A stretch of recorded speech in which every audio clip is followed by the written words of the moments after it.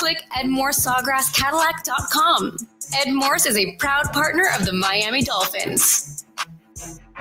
And good morning, everybody, to another edition of Game Day Uncensored here on 560 WQAM. Brendan Tobin here with you alongside my co-host Alejandro Solana. Hello, Solana. How are you, buddy? Tobin, the season matters again, baby. Let's go. I'm ready to go. Come on. Let's go. It does feel like it matters a little bit now, yeah. No. Don't do that. Don't do that. No. It matters again, all right? We're right back in the driver's seat. Let's go. Let's save the season, baby. They're in the driver's seat? Right where we want to be. Right where we want to be, Tobin. Right where they want to be. Let's go. You're in the driver's seat as in like 8th place, the behind Mario Kart, like behind Donkey Kong. You're trying to catch Bowser. Like there's... Yeah, I guess you are in a driver's seat. I don't think you're in pole position though. All right, fine. We're in the side cart on a motorcycle. We're on literally the side cart falling off. The screws are literally coming off as we're driving on 95. But we're on the highway, man. Like it matters. These games matter again. Had they lost Monday Night Football, Tobin, we would not be energized to do these shows. And I'm excited for today. You're juiced up for today? I'm in. Yeah, I'm in. Let's go. Yeah. Okay. They beat the Rams. They won a primetime game, something neither of us thought they could do. Oh, it's about time. It is. And, now they have 2 winnable games to get back to 500. Let's go. I'm in. I'm buying in. I hope that is the case. I think like if you can't beat the Raiders basically with having to stay alive, like you don't deserve to even play the rest of the games this season, to be honest with you. In your building, I mean, like what's going to get? I guess it's a short week. Your offensive line might be a little bit banged up. We'll get into plenty of that as well. And especially a week where you're just your national reputation is getting dragged through the mud yet again by like the most anonymous piece of your defense last year. So the Dolphins, I mean, there's a lot of pride on the line this weekend, Solana, where you cannot no-show a game like this. Otherwise, I mean, I guess you guys were never really serious in the first place. Yeah. You have to beat the Raiders at home. You have to beat the bad teams at home. And this year, it was almost like, well, are they going to beat that team? And most of the time they didn't, right? Outside of Jacksonville, week 1, Tobin. Yeah. But how can we not feel more enthusiastic about the Dolphins?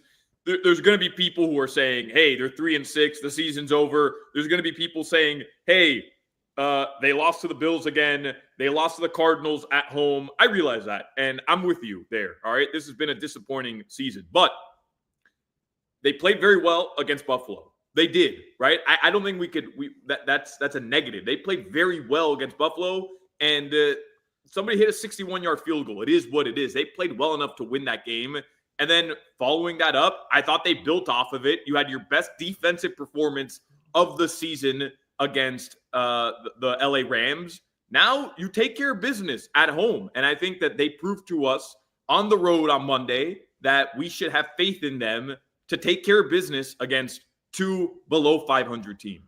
Yeah, I think like even if it's just starting with today, like we'll look into the Patriots, when they get there. But this is, the path is there at least until we get to Turkey Day, and then that's going to be really where the true test should be, and it really should be kind of a gut check for this team. But ultimately, you're right. Like the defense did play fantastic the last game. Monday Night Football looked great. The offense did enough. I mean, like they still haven't looked like, near the juggernaut that they used to be. We still still haven't seen the greatest show on turf, the greatest show on surf. That's been dried up. But maybe today's the day. There's been a lot of talk about, where is the monster plays to Tyreek Hill, where are the monster plays to Jalen Waddle. We become more of a take what the defense gives you, and these are the next evolutions. And I'm hearing this week about, you've never known that Tyreek Hill was a better blocker than this year. And I was like, awesome. So maybe this is also a bit of a get right game for the offense, and knowing that, you do, as you heard in the intro there, you got to go up against an absolute monster and menace in Max Crosby, a guy that they were prepared for last year when they had to go take him on. That was kind of the first window into the Dolphins on Hard Knocks before the season really unraveled on them. They will not face Christian Wilkins. Christian Wilkins is on IR. He got a foot surgery, so we will not see the reunion between Zach Sealer and Christian Wilkins, which is just as well now. He's got a new best friend. His name is Calais Campbell. So there's no need for that. Might be having a better season than Christian Wilkins did last year. I mean, yeah, it's incredible. It's questionable. It's really incredible to see what he's doing this year. So on the outskirts of everything, just to let everybody know, there are a lot of injuries, and this is going to be a very interesting inactive report that's going to come out later on in the show, because there's a lot going on with the offensive line. Austin Jackson is done for the year. You know, that became an official thing this week. So Kendall Lamb, you're up, dude. You're stepping in there. But also Teron Armstead also appears to be dealing with something. So maybe Patrick Paul is going to be called into duty as well. And this offensive line that was starting to find its stride, Solana, is now getting a little banged up again. And you know, that's kind of just the path of the season, and seeing if they could keep this thing all together, because it had felt like, oh, we got like 1 week of the offense being all healthy together, and it's Alec Ingold's dealing with something. You could definitely feel like something was affected last week with the run game. It was not quite the same that it had been weeks prior. Yeah, I mean, Ingold clears the way for everybody. But Tobin, here's what I'll say. You know, I'm a very proud member of the Lamb gang. So, you know, I'm looking forward to what Kendall Lamb is going to do. I am. That's a thing? Yeah, we've got a whole club. We meet every Thursday afternoon. It's the Lamb Gang here in Kendall, actually. So it all works out perfectly. What do you guys? We meet at the Chili's on 152nd in Kendall. So what does the Lamb? What is the Lamb game like? What is the Lamb gang? What do they discuss? Like, you just talk about all the best matchups it will be for Kendall Lamb to step up into, and yeah. We have lamb chops. We break down the Kendall Lamb matchup of the week. We talk about how big of a bum Liam Eichenberg is. Wow. We have banned any Mike McDaniel press conference sound, and we eat lamb chops. And we make lamb noises, and it's just a lot of fun. You should come hang out with us. Definitely have to have one of those jersey exchange where Kendall Lamb and Chop Robinson are like next to each other. You know, like that. Just be like, yeah, make it a special. Maybe Garfinkel can make a lamb chop sandwich in the stadium. They have a game today. You know, make that happen at Garfinkel. They win this game today. Next week, lamb chop sandwiches at the stadium. Give us something, Garfinkel. Give us something. Yeah, make something happen. We know you guys aren't waddling in that booth, so let's get it going together. It is, man. This is going to be a much needed one. There's a lot of things to dive into. We'll take a little bit more of a look at the win last Monday. Short week for the Miami Dolphins, but they did go out west and get the win over the LA Rams. Fascinating game. A lot of things to go into from that matchup. So we'll take a break here on Game Day Uncensored, which is brought to you in part by your South Florida Chevy dealers. You're looking for more power, capability, and technology. With Chevy trucks, you're ready for anything. Chevrolet, together, let's drive. Adam Beasley will, of course, stop by the program. Omar Kelly will stop by the program as we get you ready for all the action from Hard Rock Stadium. Your Miami Dolphins getting set for a 1 o'clock kickoff against the Las Vegas Raiders, as they got to continue to check off wins week by week. And this is an important one, obviously. So we'll take a break here on the program. Back with more Game Day Uncensored after this. WQAM. Clear. Grass Auto Mall Studios. Shop massive savings on a massive Chevy inventory, all backed by Morse at Ed Morse Sawgrass Chevrolet. Visit EdMorseSawgrassChevrolet.com. Chevy. Find new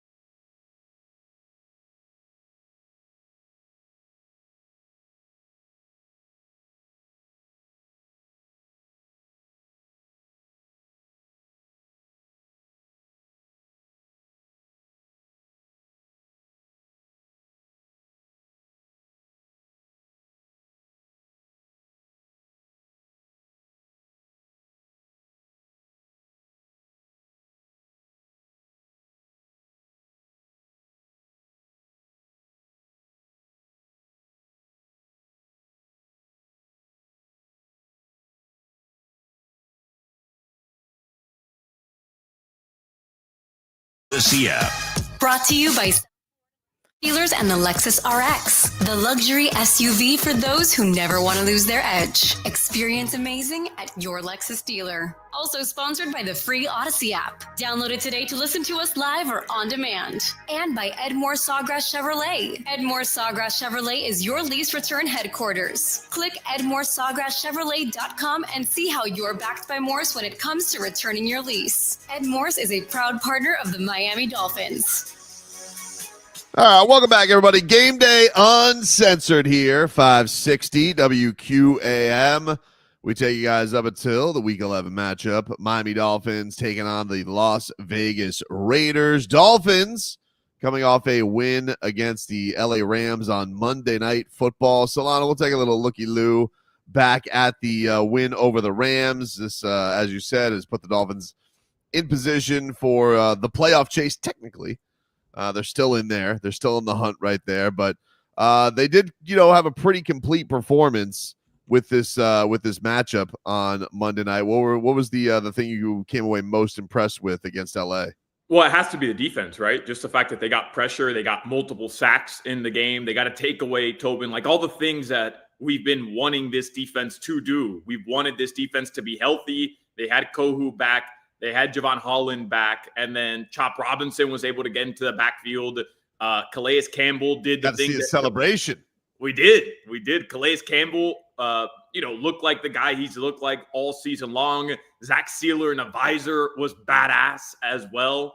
I think that has to be the biggest takeaway. You wanted this defense to look like the defense we've seen in years past, which was just disrupting the quarterback, making plays, and being able to help this team win. And you got that. But Tobin, on the offensive side, I know you had said in the first segment, like they did enough, which is perfect. They did enough. They won. It wasn't, the greatest show on turf. But how about just big time plays late in the game from Tua Tagovailoa? The third and long pass to Raheem Mostert to pick up the first down, rolling to his right, hooking up with Raheem. And then there was another huge third down play where Tua just threads the needle and finds, I think it was Malik Washington for a first down as well. Yeah. So like that reminds me of last year where it could be third down and long, and you just felt confident that the Dolphins were either going to get it or they were going to play for four downs and make it happen. You hadn't seen that this year. And I think, to me, that was the biggest takeaway from the offensive side of the ball, which was, look, did they score 5 touchdowns? No. But every time you needed a big play, they came up with the big play to go put themselves in position to go kick a field goal, make it a 2-score game. I thought that execution from the offense was really, really surprising, but also really timely as well. Yeah, and you think especially like the way that they played in the second half, as the first half was a pretty crazy back and forth. I mean, there was that scenario where there were 3 straight possessions of turnovers. Yeah. That was absolutely bananas. And then you got a little bit, I think, of a lift from the Rams. Like finally, it felt like there was a team more inept than a Dolphins team was at shooting themselves in the foot. Even McVay was making that point. You think about like the false start that put them back and put that field goal like almost a 60-yarder that they weren't able to get. So really felt like it swung momentum back into the Dolphins' favor. They never really looked back. They answered back with a touchdown drive. You get that monster play from Jonnu Smith, where he's just bowling dudes over. He continues to be very impressive. I mean, this is, I would say probably since week 4, Jonnu Smith has really turned himself into a safety blanket, to a threat, to really feeling like he's a bona fide weapon in this offense, which is great news for them. Well, you needed that, right? I mocked the idea of a Jonnu Smith package for the first couple of weeks, but it's because we just didn't see him do anything, Tobin. Like we literally didn't see him make impact in the game. So to have that, kind of be a bright spot in the offense is timely, considering the fact that you still don't have Jalen Waddle and Tyreek Hill having a great season. I mean, you love the fact that Waddle had that big reception on the first play, and then Tua's been targeting him a little bit more. He's more involved in the offense, but this isn't the Lamborghini and the Ferrari, and you're getting them as many opportunities to go out and make plays as possible, as we saw in the last couple of years. It's been more balanced with the Dolphins right now, whether it's Devon Achane, whether it's Jalen Wright getting the ball, and now Jonnu Smith as well. Like, I think that's what this team is going to look like this year. They're just not the same team offensively that they were a year ago. Yeah, what's the responsible version of a sports car? Like that's what Tyreek Hill and Jalen Waddle have turned into. Like, they're not the Lamborghini and the Ferrari anymore. They're like, I don't know, like they're more like luxury vehicles. They're like the Bentley and a Rolls Royce. Like, yeah, just kind of cruising along South Beach. Somebody's famous in there, but they're not going to really win a drag race right now. Like, definitely miss that. But like, look, Tyreek Hill did get back into the end zone, which was huge. I was not a huge fan of the double clothesline celebration. I'm like, dude, you're telling me basically your wrist is here hanging on by a thread. The wrist injury has been very weird with Tyreek Hill, because like, it does feel like the story keeps changing on that. Like, every time we hear from him, it's like, oh, it was the detainment, and then no, it was the practice, and then no, it was happening in a red zone drill. It was back at joint. I'm like, whatever it is, it does feel like this is definitely something he's playing through, but we can't seem to get a story straight on all the details on it. And it's crazy, Solana, because it does feel in many ways like with Tyreek, not only are you playing for your season, but if this does get to a point where the Dolphins are mathematically out of it, that dude is opting for surgery, and you're probably not going to see him for a bit. Yeah, there's no reason to play Tyreek Hill if your season's done, which is why, the win on Monday night was huge, because there's a big difference right now when you look at the standings at 2-7 and 3-6. And I know I started the show, like, if I'm rah Dolphins guy, like, hey, they're right back in it. But in terms of the loss column, Tobin, like, they are back in it with where the Colts are at, where the Bengals are at. And right now they're the 10 seed, technically in the playoff picture, a game up in the loss column on the New York Jets. The Broncos are kind of the team that if they lose, they're 5-5 right now. They're holding on to that last wild card spot in the playoff picture with the 7 seed. If they falter a little bit and the Dolphins can get to 6-6, all of a sudden, I mean, you have that game on Thanksgiving Day, which will really matter, right? Like, it could be the most important game of the Dolphins season, even though all of these are all going to be every game is going to be the next most important game of the Miami Dolphins season. So you didn't like Tyreek Hill's celebration? No. I mean, like, what are we talking? What do you mean, dude? I like his celebration. Do I like him doing? First of all, I mean, Odell Beckham Jr. and Tyreek Hill have both been banged up this season. Odell Beckham Jr., yes, looking better, looking more spry. And I know that you gotta, it's a crazy, but like, I didn't even understand what they were doing. Like, I was like, was that a signature? At first I thought it was like an RKO out of nowhere. And then I was like, no, it was a double clothesline. And it was apparently Odell Beckham's idea. It was a terrible idea. And no, I think we need to stick back to the roller coaster more so than flying and throwing each other. That just seems like one of those things that's going to end in disaster. So I'd like a little bit more, a little less with the aerodynamic tricks after scoring touchdowns, if possible, for Mr. Cheetah today. Yeah, hey, Cheetah, give me the Larry Fitzgerald touchdown celebration, which is nothing. Go hand the ball to the official, run to the sideline. That's it. He can have fun. There's no reason he can't have fun and not have to just put himself airborne. It just seems like a bad idea. I owe you a massive apology, by the way, Tobin. A massive apology, because you had some guts regarding Odell Beckham Jr. When we were doing porpoise props, which we'll do later on in the show, you said, hey, Odell Beckham Jr. back in LA, over 12. I think it was 12.5. The line was set at, or 13.5. 10.5. I think it was 10.5. It was very. Right. It was not an impressive line. And I laughed at you and I told you that I don't want to hear anything about Odell Beckham Jr. anymore. That I'm done with OBJ. And it's not like he had 2013 Odell Beckham Jr. numbers or 2014 OBJ numbers, but he had that one big reception where he just kind of sat in the zone. Tua threw him the ball as a first down on like a 2nd and long. And he ended with 17 yards. So Tobin, I'm sorry. All right. You had faith in OBJ. I clearly didn't. I mocked you for it. And he didn't have a big game, but he did have 2 receptions for 17 yards. So yeah, I'm trying to think back to our parlay because I think that was the only one that I hit though in my 4-legger. Like I know we missed Achane catches by 1. That sucked. 1. Yeah. That was brutal.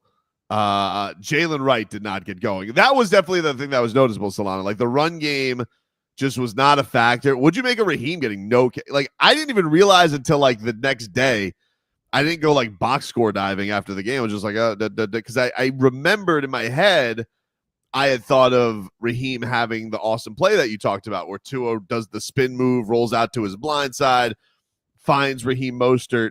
So it hadn't even really registered to me that they didn't use him in the run game until it was mentioned a day later. But he obviously has had fumble issues. But he also has been a tone setter for them. So what did you make of that? Like, do you think Mike McDaniel is actually sending a message to Raheem Mostert, or do you think this was just by happenstance? This is just what it ended up being. I think he sent a message. I don't know how you could think otherwise, because the idea that he gets 0 carries, if you want to limit his carries, you want to have Jalen Wright and obviously Devon Achane more active in the running game, then that's fine. And to just kind of say it's the way that the course of the game and the flow of the game worked out. But to have no carries, your touchdown leader from a year ago, to me is a direct result of him costing this team multiple times now in the last 2 weeks where they could have, been in better positions had it not been for him. So to me, it was a message. I don't think that'll be the case today, by the way. I think he had the one game. He made plays despite not getting the ball in the backfield. And today you go back to Devon Achane and Raheem Mostert, and hopefully he holds on to the damn football, man. Like, he has to hold on to the football. Has to. Like, and the thing that's interesting with him in particular is, this we know, like, there's not a guy on the roster, maybe outside of Jeff Wilson, that has longer ties to Mike McDaniel than Raheem Mostert. There's a special relationship there. So for him to send the message, I'm sure, you could do that with somebody that you go way back with. There's just a level, I think, of communication that's stronger than anybody else on the team. But it definitely was interesting to see that after the game, and that was something noticeable. The other thing that was crazy that kind of brought headlines from that game was Tua, and Tua throws a bad interception, and once again we're left here squeamish because he decides to make the tackle on, what was that guy's name? Roseboom? Yeah. Guy sounds like a made-up linebacker name. He has just gorgeous hair flowing from his helmet. He looks like a Viking, and he looks like evil Van Ginkel is kind of what he looks like, for those who didn't see it. But Tua, he throws this bad pick to Roseboom, and he's returning this ball down the sideline, and there's Tua once again in the buzzsaw throwing his head into danger. And we're all just like, no, Tua, no. He was thankfully okay, even though it looked like he was about to get like Jorge Masvidal with a flying knee. But he can't seem to help himself with just being in compromising situations, Solana. I don't know what to do. It's why, bro, Tua doesn't want to be looked at like this little delicate flower who needs to be protected. He's sick of it, Tobin.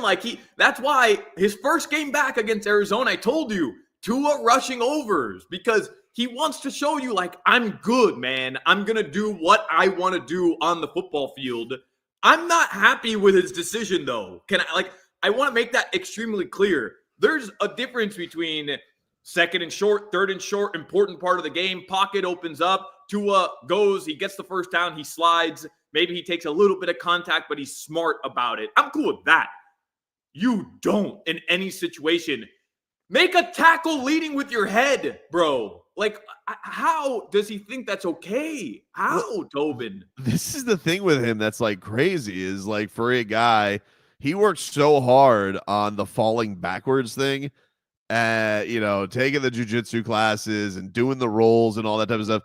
But now we got to work on him going forward at times, because the way that he just throws that neck, just like he did at Damar Hamlin where he got hurt, and just like that, it just feels like it's going to end up in disaster. And I appreciate that he is out here trying to just play football, but dude, like we have to get a hold on this. Mike McDaniel, he talked about this earlier in the week. Here was the Dolphins head coach saying it was a learning moment for Tua. No, yeah, I didn't waste much time saying something to him.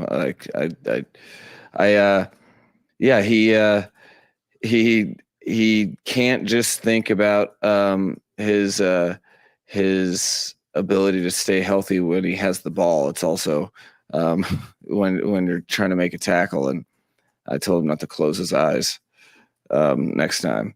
But yeah, I think he could also prevent that from occurring by avoiding throwing it to the other team, which he knows as well. So I think there's always things to improve upon and learn from, and he definitely had a learning moment there. Do you feel like he cursed at him? Like, do you feel like he like genuinely was disappointed with him for doing something so stupid? I think so. I love the fact that he told him not to close his eyes next time, because it's like, Tua, you don't even know what you're doing, man. Like your tackle form is so poor. You're just closing your eyes and hoping that you get the guy in front of you, but you're leading with your head. And then for Tua to say, yeah, I wouldn't do anything different. I'll go make the tackle again. Yeah, do something different. You want to go make a tackle, you make a mistake, you want to go make a tackle, fine. You want to go try to push somebody out of bounds, fine, Tobin. To put your knee down and lead with the crown of your helmet into a guy twice your size running at you full speed is literally the dumbest thing that Tua Tagovailoa has done. You want to look at all the other concussions he's had. You want to look at all the other injuries he's had. I don't necessarily blame him. The one in Cincinnati, he was extending a play that he probably shouldn't have, but he was just trying to do something to help his team. Like, I can admire that. The play against Buffalo with Damar Hamlin, I can admire it. I don't think it was a dumb thing for him to do. It's easy in hindsight to say, just go down, and that's fine. But I can respect him making a football play, trying to spark his team and go and try to pick up some extra yards. Do I wish he had gone down? Obviously. But I get it, right? Like, it's football. What he did was not smart. It wasn't a football play. He led with the crown of his helmet to a guy twice his size. Like, it was just stupid all around. It made like national headlines, his comments after that, right? Like CNN, Fox, they all had these articles about how Tua, quote, wouldn't do anything different. And yeah, of course it's national headlines because everybody's petrified of you fencing again on the ground, and you should be doing everything in your power to avoid that situation, to stay on the field for himself. Forget the national headlines. And for him to come out and say, yeah, it didn't hurt as bad. It didn't look as bad as everybody thought. And I wouldn't do anything different. I'll do it again. Hey, maybe don't do it again, okay? Maybe go out there with your hands in front of your body, try to shove the guy out of bounds. And guess what? If it's a pick six, at least you're ready for the next drive, okay? We don't have to sit around for 15 minutes and pray that you're going to get up on the field and be okay. He's like a squirrel that runs into the middle of the road and you don't quite know if he's going to get out of the way or not. Like, it's just, it really is. It is terrifying, but I don't know. Like, I just wish somebody could get it into his head that, like, look, it's one play, but it could be 4 games. Like, that's what it's going to end up being at the very least. So Tobin, there was a big, and I know you talked about this on your show with Leroy, and I know Hawk Crowder and I talked about this as well. Apparently there was this big back and forth, very fiery argument in the Dolphins media press room about prior to a press conference or after the McDaniel press conference about whether or not the Dolphins have a responsibility to force Tua to not make tackles if he throws an interception. And I just love the idea of like Joe Shad and I don't know, like Hal Habib just like throwing hands over this, by the way. But that media room is like, it's like it's like the squared circle. Like it just, I guess it leads for you just turn around and debate's going to be flying around all over the place. The thing is, as adorable as an argument as that is, and I guess we'll ask Bees and Omar about it, but like, I don't know, what do the Dolphins do? What do you do? Fine him? Like he makes $1 gazillion. Like what is the mandate from management? I don't even understand how that goes. Like he sits Tua down and he goes, $100,000 if you do that again. Like Tua's gonna be like, all right, here's 200 for the next time. Yeah, because he's gonna do it. Like I think he told you flat out. Yeah, He's reckless. He's a reckless person. He is. Well, he's reckless, and it makes sense. He's a football player. They're all reckless. That's fine. But he also has to understand Tom Brady played until he's like 92 years old, Tobin, by just staying healthy, just figuring out how to avoid getting hit. And I'm cool. Why can't two things be true? I want Tua to be a football player. I don't want him to go out there and like buy into this whole thing that he can't get hit. Like, I want him to be a football player, but I also don't want him to be dumb. You know, Right. like both things can be true. I thought Hawk had the best take on all this. And here was Hawk's proposition. You ready? You tell Liam Eichenberg, Tua throws a pick, don't do anything. Go grab Tua and just pick him up and take him off on the sideline. Like a baby? Like a baby. Go swaddle Tua. I don't know if I trust Pick him Eichenberg up. with that job. All right.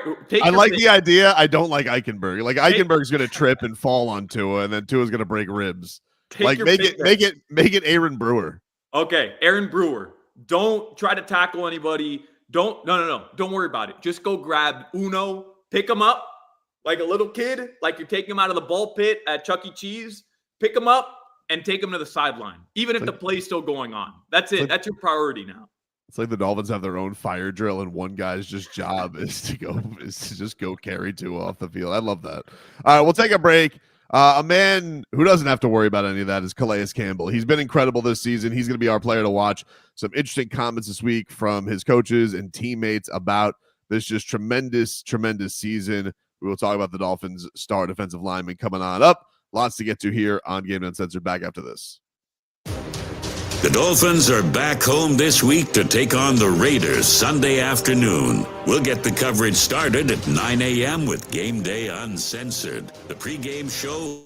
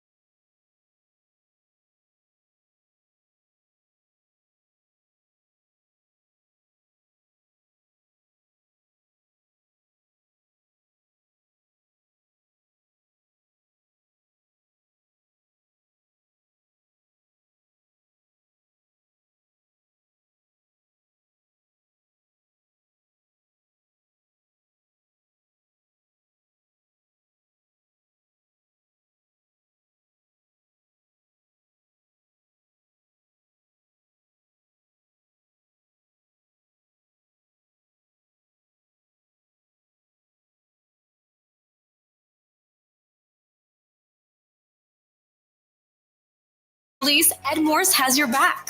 Ed Morse Sawgrass Cadillac is your lease return headquarters. Click edmorsesawgrasscadillac.com. Ed Morse is a proud partner of the Miami Dolphins. All right, welcome back, everybody. It's Game Day Uncensored here on 560 WQAM. Tobin and Solana here with you, taking you up to the 1 o'clock kick. Appreciate Brittany and Dan producing this program today. Hey, Dan, do you have what's the deal with Game Day Uncensored post today, man? Like, do we have one because of the Heat game? How's that rocking today, dude? We're gonna do like a post game. We're gonna start after the Heat game and start talking about the Dolphins game. So that should be really riveting. A super post game. All right, I like it. Hey, there's a lot happening, man. Did you see the Panthers win 5-0 against the stupid Winnipeg Jets yesterday, Solana? Why are they stupid? Yeah, I'm glad they finally won a game. I'll tell you exactly why they're stupid. Because they walk in here with their bolstered record of 15-2, and the champs say, "No, F that," and they just put it on. And and Paul Maurice likes to play very friendly with Winnipeg, and he's like, "Oh, I always root for Winnipeg, unless it's against Florida." He goes, "Yeah, hold this goose egg, Winnipeg." Nice good. job. I mean, Bobrovsky, shutout. Yeah. Well, good. I mean, they didn't look too good against New Jersey, if we're being 100% honest. So I'm glad they came out and finally kicked some ass, man. Anytime the Panthers need to make a statement, whether it's against New York, Boston, or your pretty little records, there they are. All right. New Jersey Devil, the champs barely should have to play those games, And by the way, we kind of won those anyway because Gadjevich just knocked dudes out left and right. One on the ice. Yeah, it was great, dude. It was absolutely great. A man who's also a menace for the Miami Dolphins is Calais Campbell. He is our player to watch, and that's brought to us by the Lexus RX, the luxury SUV for those who never want to lose their edge. Experience amazing at your Lexus dealer. Solana, this guy's been incredible. I mean, just a monster season from Calais Campbell, 38 years old, former Miami Hurricane, late addition to the roster. You lose. This is kind of an interesting game because, this might have been a game of regret. Like, you're looking at Christian Wilkins on the other sideline. Now he's hurt, so he's not playing in this one. But Calais Campbell has stepped in as admirably as you could have hoped for when you let a $100 million man walk away and one of your former draft picks. Now, I don't know how long he's going to be able to be the solution, how many years as Christian Wilkins, in his prime. But don't tell Calais Campbell that he's not in his prime because he's playing just one of the best defensive linemen in the league. It's incredible. It's stupid how good he's been. It doesn't make any sense how good he's been. Bro, I joked in the first segment, but you could make the argument that Zach Sealer and Calais Campbell, when they've been out there together this year, Tobin, they've been better than Christian Wilkins and Zach Sealer were last year. And those two were an insane tandem on the inside of the defensive line for the Miami Dolphins. But just look at the numbers surrounding Calais. Chop Robinson the other day, and I understand, look, the Rams offensive line isn't one of the best offensive lines in the league. They're unable to move the football on the ground. We knew all the things that were wrong with LA going into that game. But for Chop Robinson to get 5 QB pressures, which was a career high for him, and to finally get his first real sack, Tobin, not the one against Josh Allen where he kind of just shoved him out of bounds, but to actually have that sack, to me, it's a direct result of just the mayhem that's being caused on the inside from Calais and from Zach Sealer. And then to hear him after the game, the way he's talking about this team, his voice always shocks me, by the way. It's the most surprising voice on the team. For him to be having this kind of season back in Miami and for him to be making this kind of impact, it's probably been the best story about the Dolphins this season. Oh, totally agree. Especially, you consider the college element to it, how cool that is. And, if this, I don't know how many years, I mean, right now he looks like he could play into his 40s the way that he's producing right now. I don't understand it, but it's, if this is his swan song season, if this does end up, what an incredible story. And I think some of us were worried, myself included, that would Calais Campbell go to the team and be like, hey, get me the hell out of here, dude. I don't want to, I didn't sign up for this. But not surprising, the guy is, one of the best, not only players, but characters in the league. Just as far as being a leader amongst the locker room. I think everybody just looks to him to galvanize that locker room, Mike McDaniel was some high praise for him this week, and he compared him to the Tom Brady of defensive linemen. Here was Mike McDaniel. He's such a unique individual because he's an outlier. I call him like the Tom Brady of defensive linemen. How do you play the game week in, week out for that long of a career, and to do it in the trenches from the 1 to the 5, literally lining up on the center all the way out to the tackle. It's supremely impressive. But at the same time, it's not only his performance, but he's the consummate team guy that knows how to thrive in tough situations. And we have a lot of parallel vision on how teams need to operate and how individuals need to focus on what they can control and all of those things. And I know one thing, it's whatever it means when I say something, if he's saying the same thing with as much conviction as I have, the voice travels a lot further. So I think it's been monumental. He's been a really cool person and player for the organization, and I think he's playing. He's got some fountain of youth going. He's playing as good a ball. He's playing young 30 Calais ball, and which is a testament to how he prepares and huge part of our team. His voice also literally just travels further because he sounds like a monster. Man, I'm always expecting like this deep voice, like a menacing voice. And it's not. It's not that, but it is just, it's delightful. It's delightful. It was really cool to see him on the Monday Night Football post-game show on ESPN, like just getting praise at this age, right, Tobin? He had the most Goosey's quote to Scott Van Pelt. Now, I think it's also stolen from Smokey the Bear, but he said to start a wildfire, all you need is a spark. Or maybe that's Bruce Springsteen. I don't know. Either way, it was a great quote. And I was like, that's Goosey's right there from Calais Campbell. I really, really like that. It gave SVP a good chuckle as well. He's like, oh, okay. All right.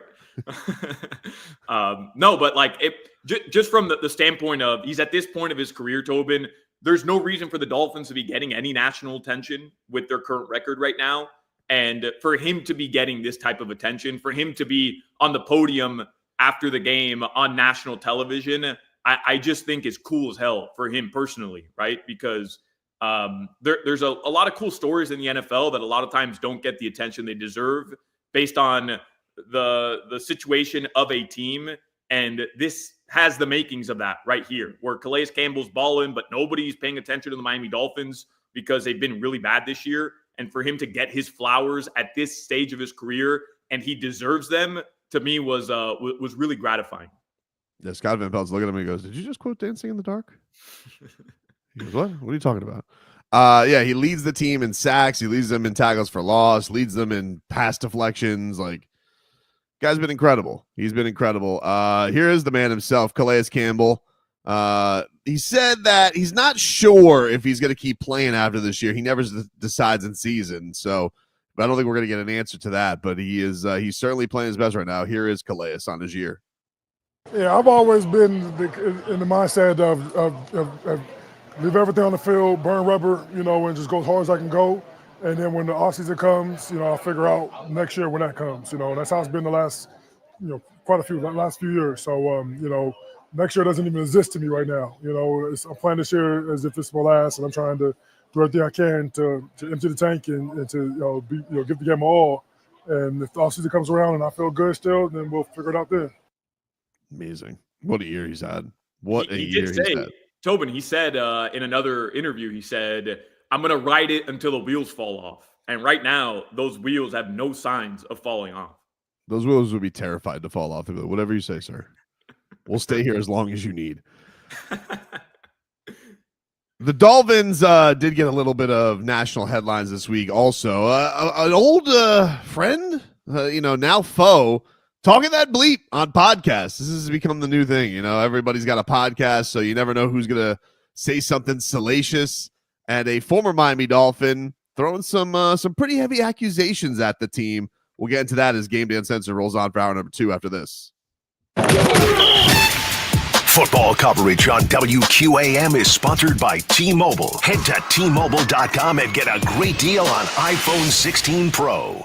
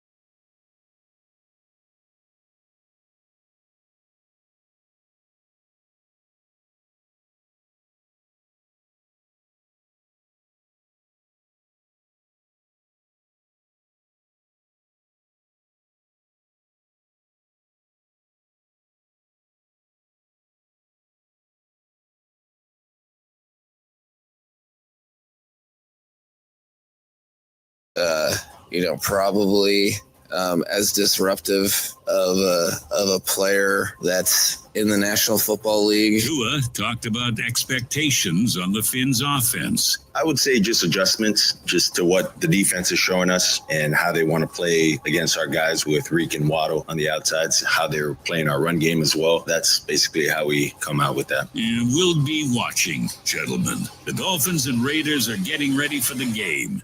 And so are we. Gonna break it all down on Game Day Uncensored, the pregame show for real Miami football fans. Tobin and Solana with Omar and Beasley on AM 560 Sports, WQAM. FM 99.9 HD2, and always live on the free Odyssey app. Brought to you by South Florida Lexus dealers and the Lexus RX, the luxury SUV for those who never want to lose their edge. Experience amazing at your Lexus dealer. Also sponsored by the free Odyssey app. Download it today to listen to us live or on demand. And by Edmore Sawgrass Cadillac. When it comes to returning your lease, Edmore's has your back. Edmore Sawgrass Cadillac is your lease return headquarters. Click EdmoreSawgrassCadillac.com. Edmore's is a proud partner of the Miami Dolphins. And welcome back, everybody. It's Game Day Uncensored here, 560 WQAM. Tobin and Solana getting you ready for Dolphins and Raiders, Week 11 of the NFL season. Miami Dolphins need this one. They need them all, really. I mean, there's very little margin for error. You lose to this team, you're a touchdown. What are they? Are they still a touchdown, Solana? Has that grown at all? Last time they've been 7 basically most of the week. Yeah, I think there were 7.5 at one point. Now it was 7 yesterday. Let me double check really quickly. I see it right now. 7.5 it's up to. So over a touchdown favorite against the Las Vegas Raiders coming into this one. Gardner Minshew mania. I don't even think that Antonio Pierce likes him very much. Probably doing his naked exercises in the locker room. He can't seem he's like, this is terrible. They're all just they're trying to find their way. How do we get to Deion's kid next year? Can we just get through this one season? So the Dolphins, while on a short week and do have some guys banged up. So do the Raiders, and they're making the trip across the country. So this one is right there, Solana, for everything the Dolphins need to get this one done. But if they did need a little bit of motivation, this was probably the week to do it, because out of nowhere, they got a little bit of bulletin board material from somebody not involved in this game. In fact, it was because he was discussing a game that he's involved in. So last year, Dolphin safety Deshaun Elliott started for the Miami Dolphins. He was one of their starting safeties. I think he was second in the team on tackles to David Long, who, by the way, got cut this week, surprisingly. Yeah. We'll get to that a little bit later. Adam Beasley going to join us later on in the program. But he was on Marlon Humphrey's podcast, his former teammate with the Baltimore Ravens. And Ravens and Steelers are getting set to take each other on this week, a huge AFC North matchup.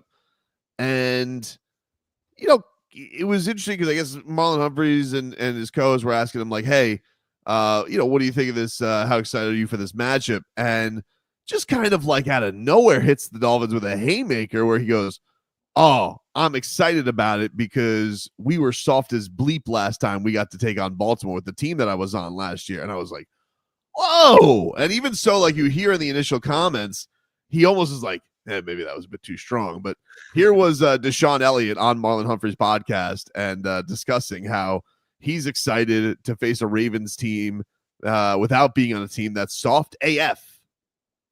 So this will be fun. This will be very fun.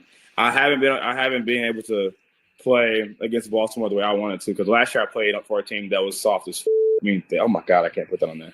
That was pretty soft. The guys on the team, but there were some guys who were tough, but like for the majority of the team, there was not mentally tough individuals. So to be on a team with the full team of mentally tough guys going against another mentally tough team and AFC North ball, this is gonna be fun, man. It'll be fun. I can't wait to see Marlon again. There you go. That was Deshaun Elliott. Just a haymaker out of. Now, the thing that makes this hurt, Solana, is this is not an unfamiliar accusation the Dolphins have had to deal with. I mean, they have been called they've been called soft by other parties. Jordan Boyer kind of hinted to this earlier in training camp, where the Dolphins have a reputation of you push against them, they're going to fold. And then, they kind of melted down the way that they did at the end of last year. Of course, this was something that was a narrative hanging around it, but, to have somebody directly from the team tell you, and he's on a really good team right now in Pittsburgh, just basically tell you, oh yeah, that team wasn't built for that they were soft AF. And now on the Steelers, I was like, whoo, that was a spicy one to hear this week. Yeah, it was weird because that doesn't normally happen, Tobin, where somebody just comes out and takes a blowtorch to their former team, especially during the season, right? Like, it's normal to hype up the team you're on at the current moment. Like, I would have been fine if he's like, yeah, I mean, last year, I was with a team that was kind of banged up, and we felt like we just had no chance going into Baltimore, but Pittsburgh is different this year. Like, all that would have been fine. This wouldn't have been talked about by anybody had he just said that. But to actually call the team soft as bleep, and then to talk about the culture in Miami and how guys were at the club and how Miami will never be good because of the culture here in Miami. I mean, it sounded like he wasn't just taking shots at the players, Tobin. It kind of sounded like he was taking shots at everybody in the Dolphins organization and the head coach as well, in Mike McDaniel, in my opinion. I love the fact that, a lot of the Dolphins players came out. I know we're going to hear the bites now, came out and kind of called him out as well. I thought Javon Holland had the best, statement, which was, you want to call somebody out, like call them out by their name. But the fact that also he wasn't, this unbelievable player last year for the Dolphins makes this to me even more laughable, because let's be honest, Tobin, what the hell do we care about what Deshaun Elliott has to say? He was here 1 year. He wasn't a Pro Bowl type player. And I don't know, I kind of remember him getting toasted versus Baltimore last year as well. So everybody got toasted versus Baltimore, though.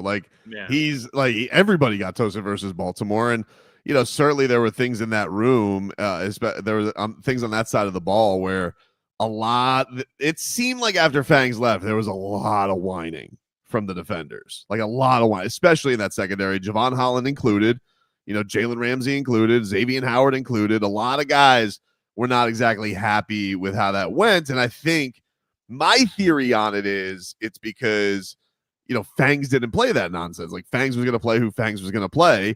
And Mike McDaniel, he'll hear people out, oh, what do you think about this? What do you think about that? And I think the defense probably wanted some of that, that leeway, and they weren't getting that. And if you're a Deshaun Elliott who's just like, hey, do your job, and you don't want to hear that whining all the time, maybe it rubbed him the wrong way. I don't know. But I don't think that – I know people want to, throw credentials in his face, but it's not like this is a gunner from last year. He was your starting safety. And so it's not like he doesn't have the credentials to say what he's saying. Yeah, but there's a difference between being Ed Reed and calling out a team, or there's a difference between, had Christian Wilkins before this game, had he been healthy, come out and called out this team. Like, he was a captain here for a long time. He was a Pro Bowler here for a long time. To come out and have those types of credentials where you're but somebody, do you disagree with him? Yeah, I do. I do really? disagree with him. I do. Yeah, okay. I don't think the Dolphins last year lost that game to the Baltimore Ravens because they're soft. Like, I'm in agreement with the fact that the team overall is more of a finesse team, but the idea that they lost that Ravens game because they're soft, to me, is just dumb. That's not why they lost that game. They lost that game because the Baltimore Ravens are just a better football team. Yeah, they were better. They were better, but the Dolphins didn't lose the game to Tennessee because they're soft. They lost that game because they were unable to execute in the biggest moments of the game time and time again against all the best teams in the NFL. And I know Tennessee's not one of the best teams in the NFL, but we saw a pretty good track record last year against Buffalo, against Kansas City. You think they lost that game to Kansas City because they were soft? No, they were injured. And they just weren't as good as we all thought that they were. To me, it's that simple. All right. Well, first of all, if we're gonna play semantics here, he did say mentally soft, and if you're going to say a Tennessee game, yeah, I think losing a game like that is like the definition of being mentally soft. Like, you had a game in the bag, and you couldn't keep it together, and you couldn't find a way to rally to get that win, which basically would have solidified your season. And as he said in the other clip, he was like, well, that basically gutted us. Like we couldn't, that took the heart out of the team. So yeah, I kind of think there is some validity to it, Solana. I mean, it's not a nice thing to say. Nobody wants to be painted with the label of soft, but I definitely think it's something that the Dolphins haven't exactly proven otherwise against so far. I'm with the conversations of this team isn't one of the tougher NFL teams. I'm with that conversation, Tobin, because I think in order to go beat Buffalo, Oronde Gadsden says this all the time, like you have to get over that hurdle, and there's a mental hurdle. And I think what OG is saying is like you have to be tougher mentally to go beat Buffalo, to go into Buffalo and beat them. And the Dolphins haven't been able to do that. Even though they were close this year, they still haven't been able to do that. So I'm with this idea that they're more of a finesse football team. They're not a team that's going to go just ground and pound and beat you in the trenches. They haven't been. And I think they need to become that. That's our biggest criticism of Chris Grier, where this offensive line and overall the defensive line, because of the injuries, you're signing players to big deals who aren't available. Tua Tagovailoa is a hit away from missing 4 games. Like I'm with the conversation of this team has to be tougher, but I refuse to just chalk up last year's debacle where you have a 3-game lead in the division to this team is mentally soft. They're not mentally soft. That game against Tennessee, you want to blame the defense? Go right ahead. But I remember an offensive side of the football that had 2 separate opportunities, 2 drives, two series, Tobin, to get 1 first down, and instead they pooped on themselves. So he's calling everybody mentally soft? No, the entire team. Yeah, the entire team had opportunities to ice that game, and they were unable to, probably because they weren't as good as we thought that they were last year. And because we saw them score 70 points and beat all the bad teams, what happened against the good teams? There was more talent on the other side of the football. We saw it against Baltimore. We saw it against Buffalo. And we saw it against Kansas City. And I think it's that simple. Everybody wants to point to roster construction the entire season and blast Chris Grier and call for Chris Grier's head. But then the second that they can say, oh, you know what it actually is? Oh, the team's not tough enough. Well, which one is it? Do they not have talent to go compete against the best teams? Or are they not tough enough mentally to go compete against the best teams? I think it's the former rather than the latter. I don't really understand your argument here, because they went out this entire offseason and talked about how they have to become a more balanced team. They do have to become more physical.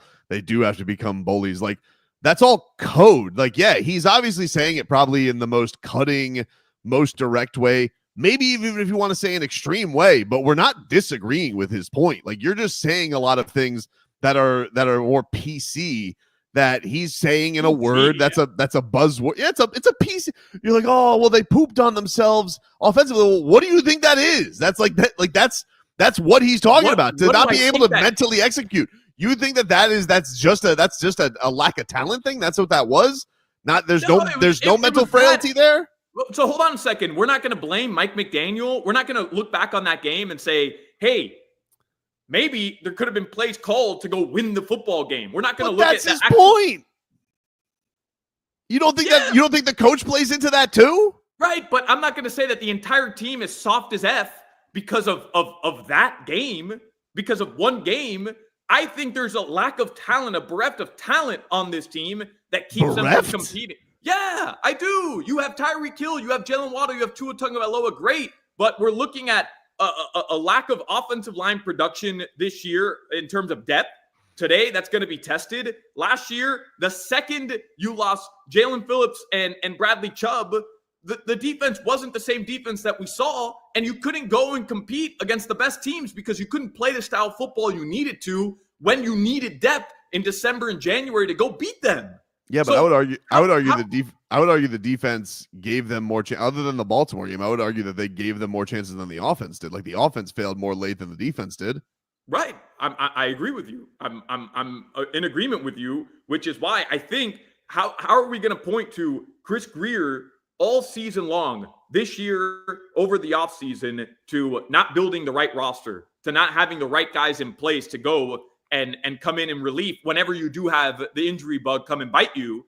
But then the second it's beneficial to you to just say, well, actually the problem is that this team is soft. Mentally, they're soft. Well, which one is it? And I'm more in favor of actually looking at this team and saying there's a big issue here in lack of talent when you look at the other top teams in the league than it is where I'm just going to chalk this up to being, yeah, they're soft. Can they be a more physical football team? Absolutely, 100%. But to me, that's a roster issue, not so much a mental issue. We'll hear more from Deshaun Elliott, and we also got the reactions of the players to get to, but we got to take a break here on Gameday Uncensored. More to come here on the show right after this. WQAM broadcasting live from the Ed Moore Sawgrass Auto Mall Studios. Shop massive savings on a massive Chevy inventory, all backed by Morse at Ed Moore.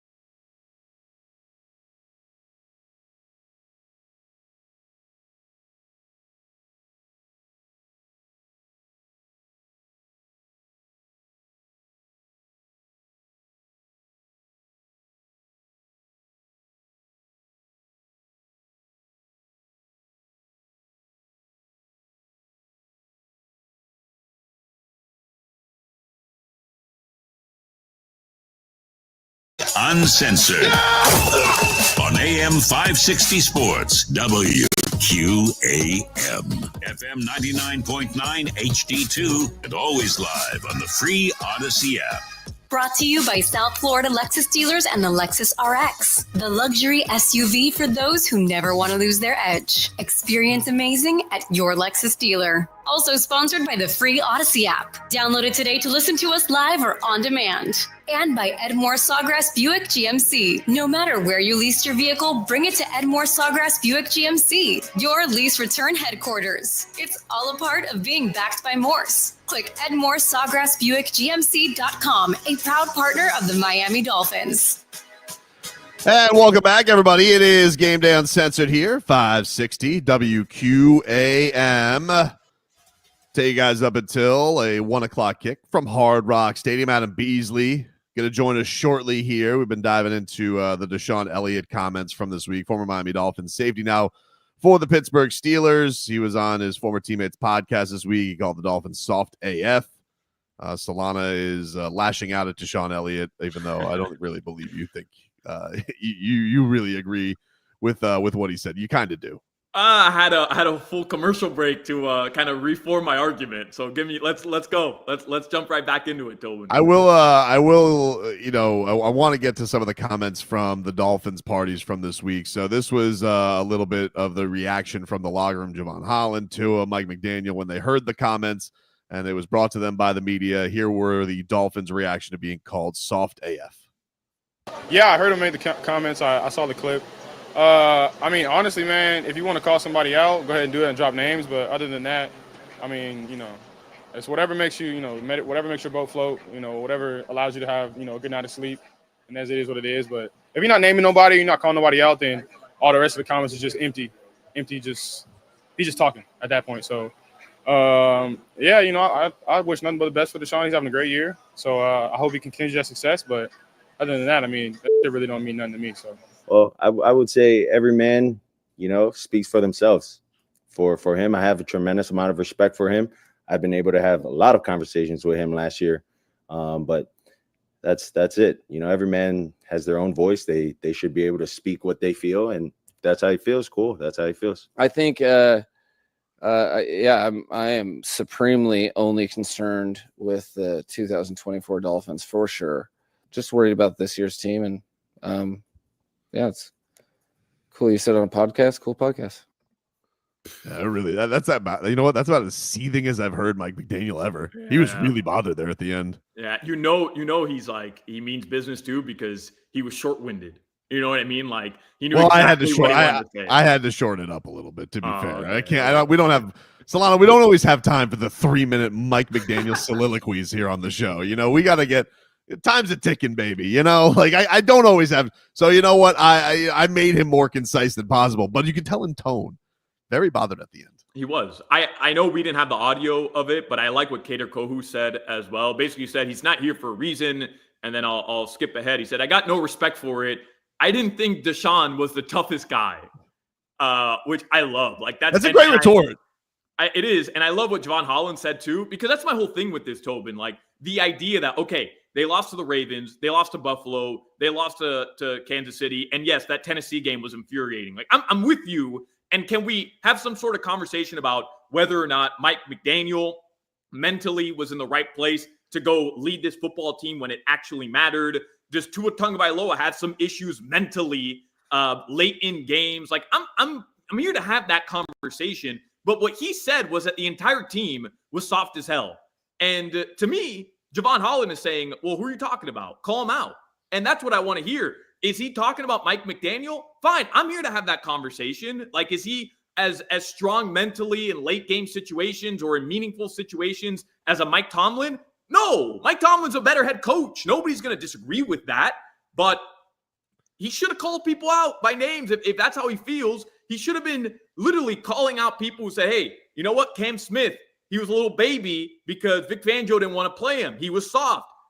Whatever. Like, go do that rather than say the entire team is soft as hell, because I don't think that's what got in the way of them winning last year.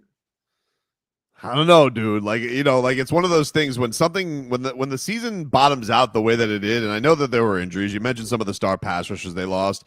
We know that Tyreek was banged up, but you do look for other answers. Like they did have Tua all the way through the end, and I think you do look for answers, just like the Eagles last year. The Eagles were like 7-1, and then the bottom fell out from that team. And what did you hear? You heard, there's a lot of infighting in the locker room. There's a lot of non-belief in Nick Sirianni. Like you are going to look for these types of things because it doesn't make sense for you to go from this team that looks like the most unstoppable thing, and then all of a sudden you can't hang. Like you look nowhere near like what you did in the beginning of the year.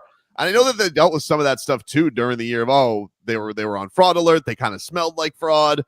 But I think that's also kind of people's point is like, all right, well, what the talent looks like it's there. What is the missing element here? Okay, but any other team, Tobin, we're talking about any other team, right? If they're going up against mediocre to below average talent and they beat up on those teams, and then they go play the top teams in the NFL, the elite teams in the NFL, like the Dolphins did last year, 1-6 against those teams, and the only one win was against Dallas, where Jason Sanders literally bailed you out by hitting multiple 50-yard field goals and giving you the game. Mm-hmm. To me, I'm willing to have that conversation about, hey, there's other things at play here. Maybe the locker room is somewhat in cahoots, and maybe they don't all believe in Mike McDaniel. Like, I'm fine with having that conversation, but I'm not chalking up the season as that team's soft, that's why they lost. I think the record speaks for itself. They weren't as talented and they weren't as good as we all bought into them being early on in the season when they were beating up on the Broncos of the world. And we got a pretty good look at it when they played Buffalo 2 times last year and they played Baltimore last year. I'm not chalking this up to they're soft, that's why they lost those games. I'm chalking it up to more, hey, they weren't as good as we thought that they were. We will take a break. We will dive more into this conversation and other things. A very busy news week with the Miami Dolphins. They're cutting captains. They got injuries all over the place. Adam Beasley from Pro Football Network. He will join us coming up next. The Dolphins are back home this week to take on the Raiders Sunday.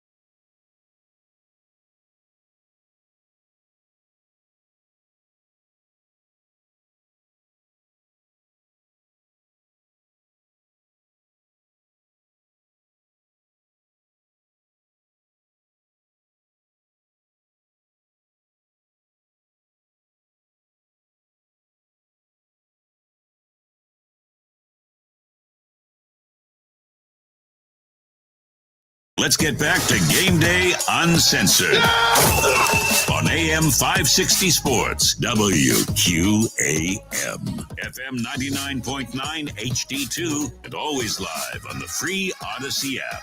Brought to you by South Florida Lexus dealers and the Lexus RX, the luxury SUV for those who never want to lose their edge. Experience amazing at your Lexus dealer. Also sponsored by the free Odyssey app. Download it today to listen to us live or on demand. And by Edmore Sawgrass Chevrolet. Edmore Sawgrass Chevrolet is your lease return headquarters. Click EdmoreSawgrassChevrolet.com and see how you're backed by Morse when it comes to returning your lease. Ed Morse is a proud partner of the Miami Dolphins.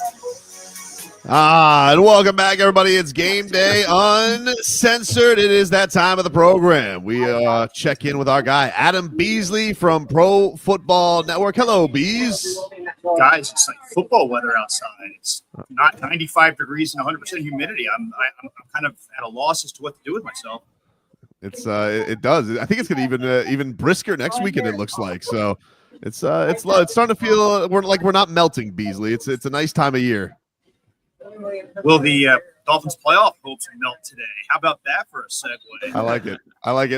We were talking, of course, a lot this hour about the comments of Deshaun Elliott this week, and you kind of cooked him. This week after the comments came out. What did you make of Softgate this week? Okay, two things can be true. One, that team needed to be tougher last year, and two, he was a terrible messenger for that message. Okay. There is a reason he's not in that locker room anymore. He was awful for them as a safety. I think he allowed 5 touchdowns and 9 missed tackles, 18.3, I believe, yards per completion. Guys, his ADOT, the average depth of target against this year for the Pittsburgh Steelers is 3.9. That means he's covering fullbacks this year, okay? I don't want to hear your crap. Just go away. You're a glorified linebacker. I don't need to hear your nonsense. I remember you getting trucked in that Ravens game, getting run right over. That's what he was saying, because the Steelers were playing the Ravens this week, and they want to go and show they're tougher than they were Dolphins were last year. You're a reason they lost last year, Deshaun Elliott. You couldn't cover a book. All right, I want to hear your nonsense. There we go, Bees. It was better than your argument, Solana. It was, yeah. I guess I should have read Pro Football Network a little bit deeper to have those stats. But Bees, like, is there any validity? Because Tobin was and I were discussing this in the last segment, and he was essentially saying that, there's some truth to what Deshaun Elliott was saying, that this team is, I guess, mentally soft, and that there's some mental hurdles that they have to overcome. Like, is there any truth to that when you look at just top to bottom, Mike McDaniel down to the rest of the roster? Yeah, I mean, look, you look at that Chiefs game last year, and they could not handle the cold, right? I mean, they completely just froze. And Tyreek Hill, even post-game, said about how we need to stop being front runners. So there is some validity to that. And you look at the guys they brought in this year, Jordan Poyer, Calais Campbell, guys that have kind of a toughness to them. I get what Deshaun Elliott was saying. I totally get it. But again, I don't want to hear it from him. Do the Dolphins need to be able to finish games? Have they blown leads in their 3-game losing streak that they just broke last week? Sure. Yeah, they need to have a toughness to them that maybe they lacked last year. Does it start from the head coach down? He is such an affable guy. He's such a player's coach.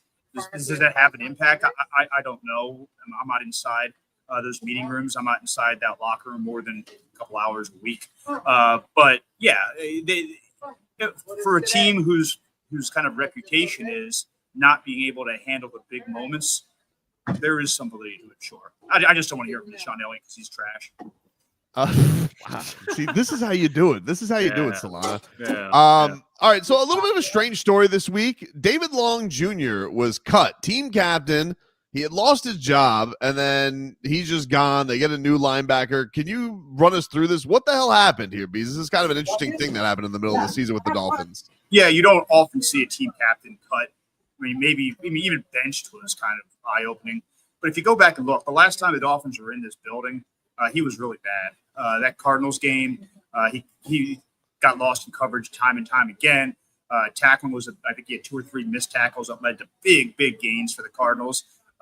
Trent McBride ate him alive. I mean, there was just it was time to make a change. There's a reason they have Anthony Walker on the roster. And then when they brought in Dodson, that was kind of it.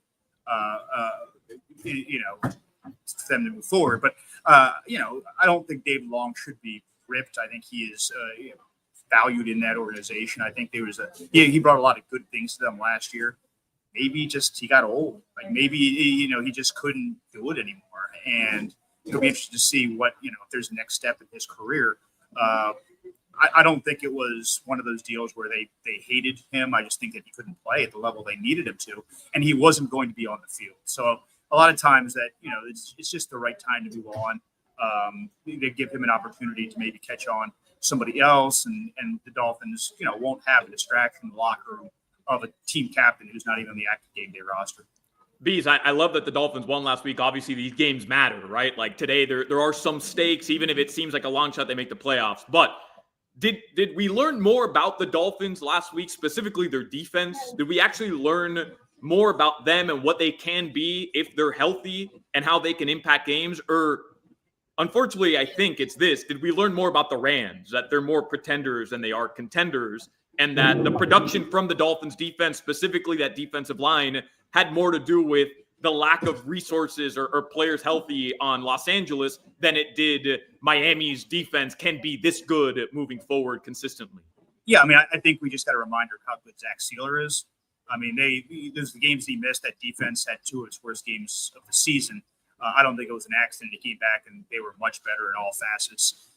This isn't a team that's able to generate a ton of pass rush on the edges.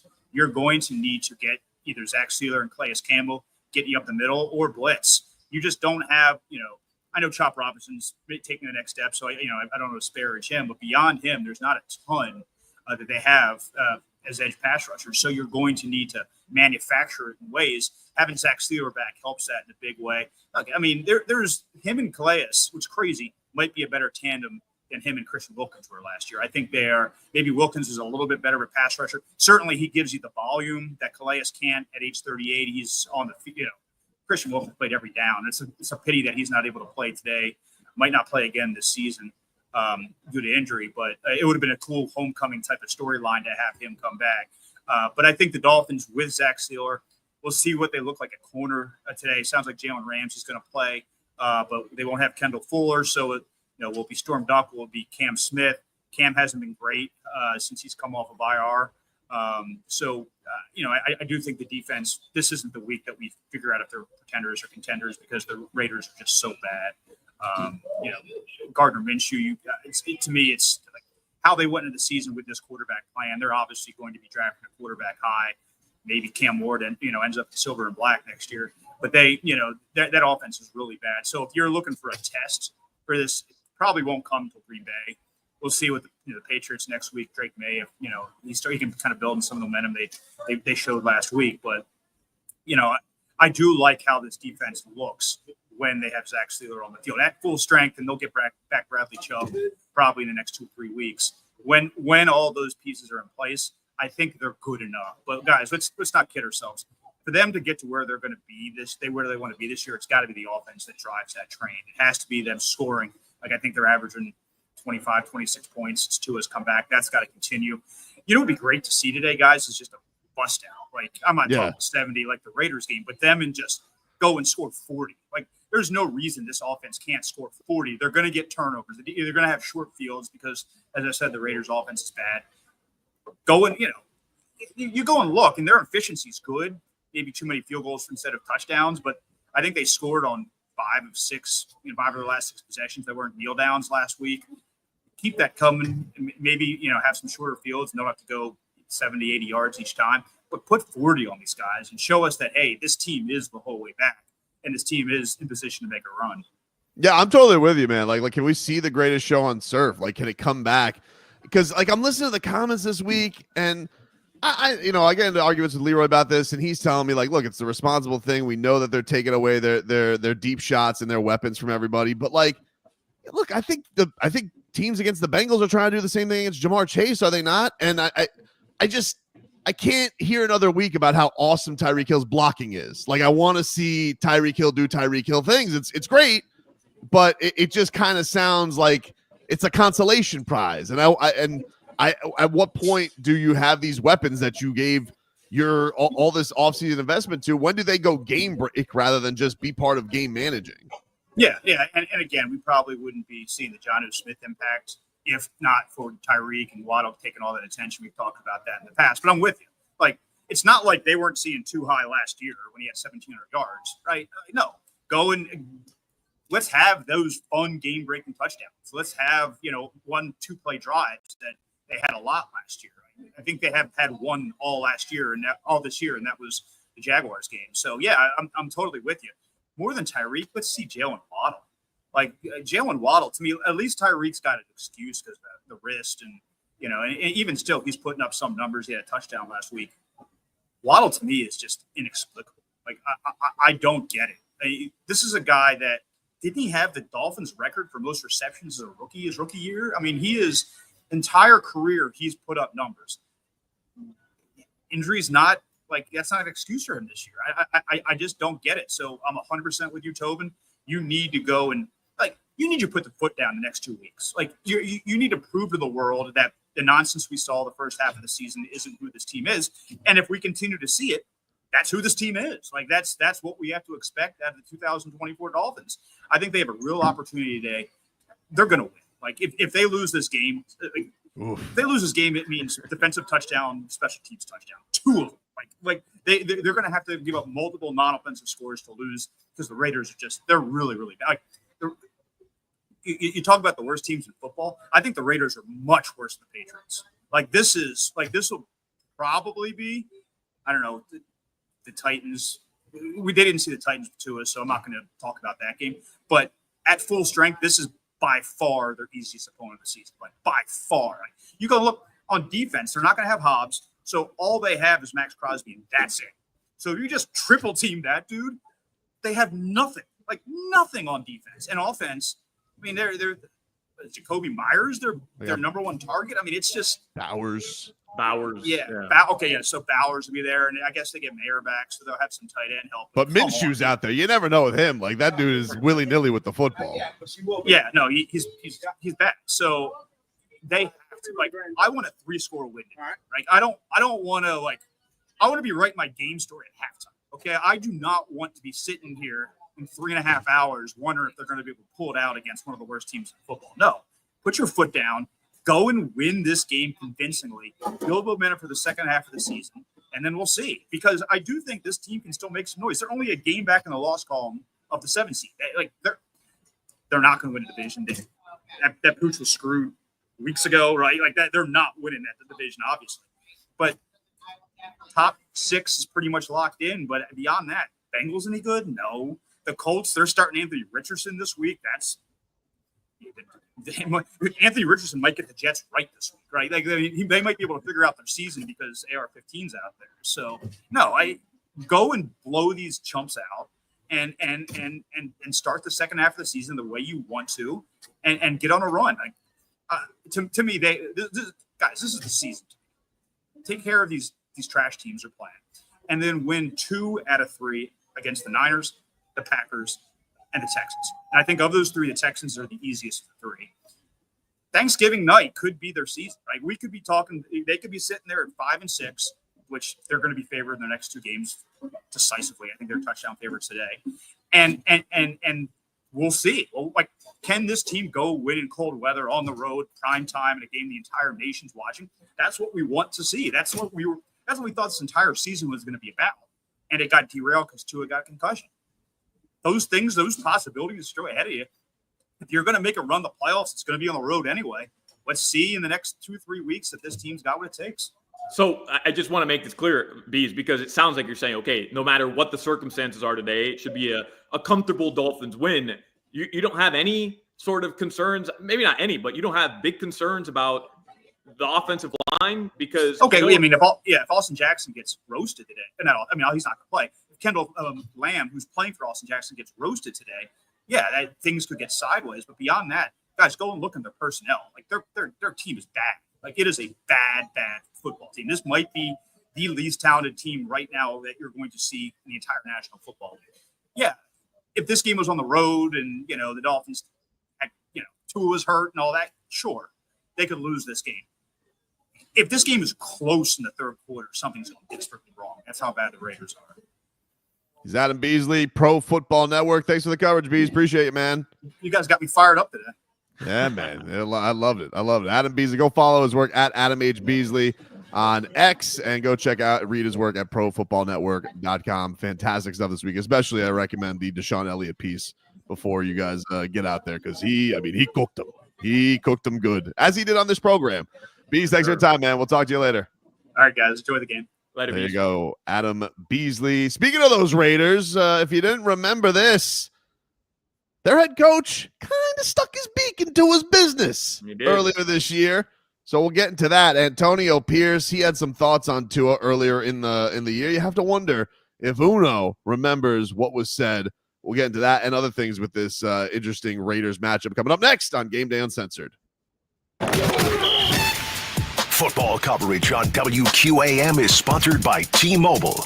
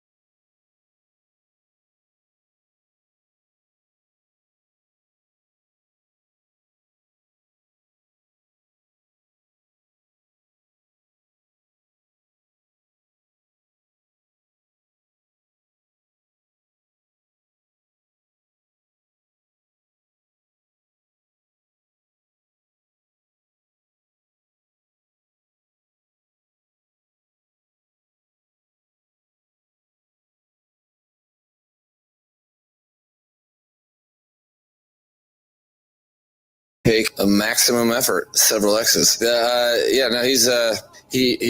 play him various places. Max Crosby is probably as disruptive of a player that's in the National Football League. Tua talked about expectations on the Fins offense. I would say just adjustments just to what the defense is showing us and how they want to play against our guys with Reek and Waddle on the outsides, how they're playing our run game as well. That's basically how we come out with that. And we'll be watching, gentlemen. The Dolphins and Raiders are getting ready for the game. And so are we. Gonna break it all down on Gameday Uncensored, the pregame show for real Miami football fans. Tobin and Solana with Omar and Beasley on AM 560 Sports, WQAM. FM 99.9 HD2, and always live on the free Odyssey app. Brought to you by South Florida Lexus dealers and the Lexus RX, the luxury SUV for those who never want to lose their edge. Experience amazing at your Lexus dealer. Also sponsored by the free Odyssey app. Download it today to listen to us live or on demand. And by Edmore Sawgrass Cadillac. When it comes to returning your lease, Edmore's has your back. Edmore Sawgrass Cadillac is your lease return headquarters. Click EdmoreSawgrassCadillac.com. Edmore's is a proud partner of the Miami Dolphins. And welcome back, everybody. It is Game Day Uncensored here, 560 WQAM, as the Dolphins are getting set for a 1 o'clock kickoff from Hard Rock Stadium against the Las Vegas Raiders, a game that the Dolphins very much need. If they, I cannot agree more, Solana, with what Beasley was saying. I want to see them really drop the hammer on this team today. Maybe look a little bit like the Dolphins of old. See the cheetah, see Waddle get loose. A lot of touchdowns, a lot in the end zone today against a team that just feels like they're going in the wrong direction every which way, man. They don't have a ton of talent on that roster. So, hopefully this is something they can go and take care of today and put on a good show for the fans. So I'm with because, man, Beasley was just like, he made it seem like this will be a laughable win for the Dolphins. It'll be an easy, comfortable win for Miami. And I want that type of optimism. Like, I'm glad Adam Beasley brought it that way. But Tobin, at what point do we just have to, I kind of mentioned this to you earlier, at what point do we just have to come to grips with the fact that this isn't the team from last year? I know you want the greatest show on turf. I know you want, Kevin Harlan yelling, he's got Hill. And I know you want this team to be fun again. I get it, and I do too. But I think at a certain point, we have to say that's not them anymore. They're going to win close games. So the fact that he's hoping that this is easy by the end of the third quarter, I hope so. I hope that's the case. But I'm not buying into it yet because we haven't seen that team yet this year. If they don't have that, then what are they? Like if they don't have that, if they can't go back and find what they were when they were coming out with their greatest hits, when they were really just bangers going to number one on the charts. What are they? So this is over. Like the run is over. Now I'm watching game managing, and all respect to Jonnu Smith. He's been nice. It's been a nice story to see and whatnot. And I'm all for mixing it up. I'm good for them people. But where's my bombs, dude? I miss them. Wow, man. How did you turn on Jonnu Smith from the first segment to this segment? It's not turning on him. It's been 2 hours. Tobin was praising Jonnu Smith 2 hours ago. All of a sudden, I know you love him. Nice, I know you love him, fellow FIU Panther. I understand. I don't mean to disparage him. I just wish I could see Tyreek Hill and Jalen Waddle run fast past people. That's what I miss. I'm with you, and I want it. I want to see it. If they score 40 burger, they drop a 40 burger today at home, I will be happy to concede here and say, hey, I was wrong. All right. But they haven't been able to do it. It's not like the Rams had one of the best defenses in the NFL and they're able to slow down the Dolphins offense. No, like the same mistakes that this team has been making all season long outside of costly penalties, which they for the most part shored up. I mean, they had the bad turnovers, Tobin. Tua threw the bad pass. Like they've been making the same mistakes all year long. And that's, I think, who they are this year. I don't want them to be that. But the idea that they're significantly better, where they're just going to laugh a team off the field, I don't think they have that in them this year. I'm not saying they're going to lose this game. I just don't think they're going to be up 38 to 9 at the end of the third quarter. I think it'll be a closer game than that. Do they end up winning by double digits? Sure, I can see that as well, like they did a week ago. But yeah, I'm not expecting, Tua to throw for 450 yards today and Tyreek Hill to have 2 touchdowns and 180 yards receiving. I'm just not expecting that. Man, it sounds like you got a thrilling porpoise props coming up in the final hour. Jeez. One thing that we do have to keep in mind, though, this is a very interesting Raiders. There are some interesting storylines for those who haven't been keeping track. But Joe Philbin, he is the Raiders offensive line coach, so former Miami Dolphins coach. Not the greatest era of Dolphins football under Joe Philbin, that's for sure. And so he's there. We know about the Christian Wilkins thing. He's not playing today. Yeah. So there's an element, but this one is kind of the juiciest thing, and this is definitely going to be brought up on the broadcast. I'd imagine they probably asked Tua about Antonio Pierce, because I don't think anybody asked Tua about this week, which I was a little surprised by. But Antonio Pierce, head coach of the Las Vegas Raiders, he came out very strong the day after the Tua injury happened against the Buffalo Bills, and said that he thinks that he should have retired. Here was Antonio Pierce. This was back after the injury occurred to Tua. A broader question. I don't know if you watched the game last night, but saw Tua suffered another concussion. When you have players, not every player is different, but when somebody has a history of concussions, do you handle that any differently as a head coach? I'll be honest, I'll just tell him to retire. It's not worth it. It's not worth to play the game. I haven't witnessed anything like I've seen that's happened to him 3 times. Scary. You can see right away the players' faces on the field. You can see the sense of urgency from everybody to get Tua help. I just think at some point, he's going to live longer and he's going to play football. Take care of your family. That was Antonio Pierce earlier in the season after Tua suffered another concussion. Now, I just want to say, what Antonio Pierce is saying, it comes from a good place. Much like when everybody is worried about Tua, it comes from a good place. The problem is Tua has basically told everybody to take their good place and shove it. Every comment that has come through with your cares, your comments, your advice, that seems to drive him insane. So I wonder if Tua has a little bit extra juice in him today, just based on these comments. People find all types of way to motivate themselves, Solana. This man is, we have heard more of a spicy Tua, a salty Tua. I'd imagine this almost bothers Tua more than anything, of a guy, especially in the standing of a head coach in the league, telling him to hang him up. I got a feeling Tua's probably got this on his mind coming into today's game. Yeah, I'm sure he has that in his head for sure, where he's saying, this guy wanted me to retire. But to go back to your first point, Tobin, Antonio Pierce was just coming from a good place. Like you could hear the somber tone in his voice there. Also, it was the very next day where he was asked that question. To me, the amount of people that came out, you had Manti Te'o, who apparently has a very close relationship with Tua Tagovailoa and has known him since he was very young.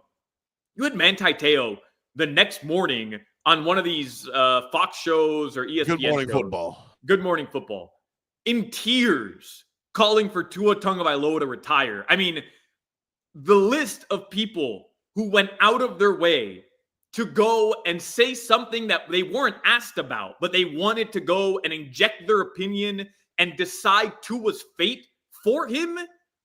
To me, Antonio Pierce, he was asked a question, he gave a heartfelt answer, and he meant no malice behind it. He was just being honest in the question he was asked. He didn't go out of his way to say, you know what, Tua needs to step aside from football. Enough is enough. There are a lot of other people who did go about it that way. I think Tua is more upset about those people than just a guy in the NFL who was concerned about him. I don't doubt that. I'm sure there are people who annoyed him more. But here's the thing. Antonio Pierce is a young head coach.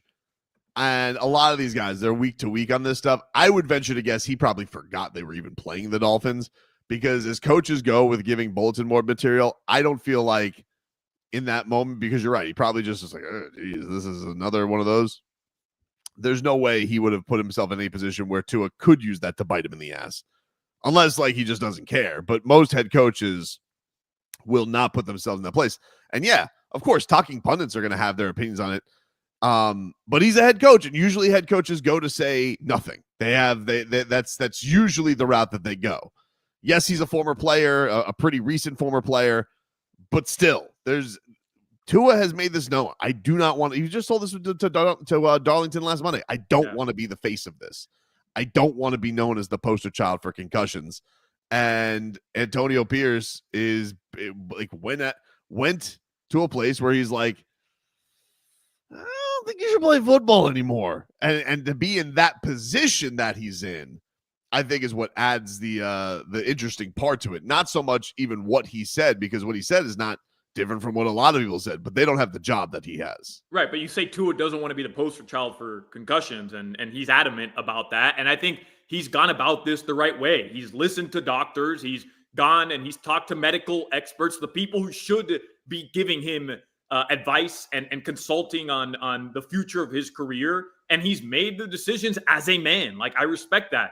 But the reality is he is the poster child for concussions, whether or not he wants to be or not, Tobin. You can't take away what we've all seen. Let's not forget how we all felt the day after Tua went down versus Buffalo week 2. It's the same way everybody in the NFL, when they saw those videos for the second time of Tua on the ground fencing, felt. So, like, it's just the reality. That's the way Antonio Pierce digested that video, the same way I digested it, which was, I don't want to see this dude on the ground again. I don't want to see that again. And in the heat of the moment, fresh off of that injury, fresh off of that situation, he was asked a question. He was honest about it. So I'm cool with Tua telling everybody, hey, shut the bleep up. All right, let me play football. I'm a grown-ass man. I'm going to do what I want to do. But I don't fault anybody for feeling the way that they felt the day after that happened, because I know how I felt the day after that happened, which was, I don't ever want to see this dude again in a helmet. Yeah, but Tua's got a revenge celebration, yeah? Like, he's definitely cooked this up. What's he going to do? Run over the Raiders sideline, throw himself on the ground, and pretend to fence? Like, what kind of revenge celebration can I feel Tua do? I think we either got to have, what we do is we either get a rocking chair out there, all right? We unveil a rocking chair in the end zone. We have a rascal, maybe like a little scooter. You know, we bring back props, Solana. That's what I'm for. I think that he needs to rub it in Antonio Pierce's face at some point during this game, after dropping a few tutties on him. That's what needs to happen. Bring back the props. He is spicy Tua. So nothing surprises me anymore with this guy. He's got the double sleeves now. He had the new haircut a week ago before Monday Night Football. Like, Tua's feeling himself, man. So nothing would surprise me. You know what would be epic, though? Tua rushing touchdown, going and celebrating in front of Antonio Pierce. Throws the ball to Antonio Pierce, gives him the ball in celebration. Like, hands it to him. To him. We'll take a break. We'll get to some keys to the game, including thoughts from Tyreek Hill on where the hell his numbers are at this season, because he's dealing with a wrist injury. They're not where they are at Cheetah standard thus far. Can he get right today? We'll get into more of that coming back on Game Day Uncensored after this. WQAM broadcasting live from the Ed Moore Sawgrass Auto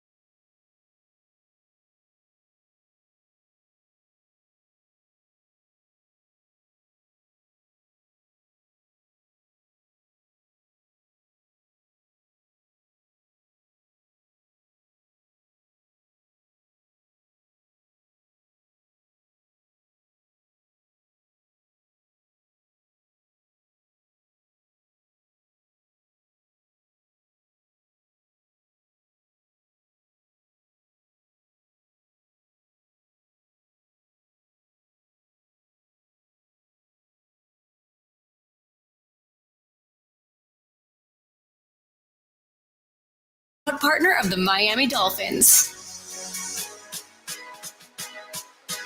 And welcome back, everybody. It's Game Day Uncensored here on 560 WQAM. Getting you ready for Dolphins and Raiders. We are streaming live on YouTube and Twitch, Miami 560 WQAM. That is the handle for both channels.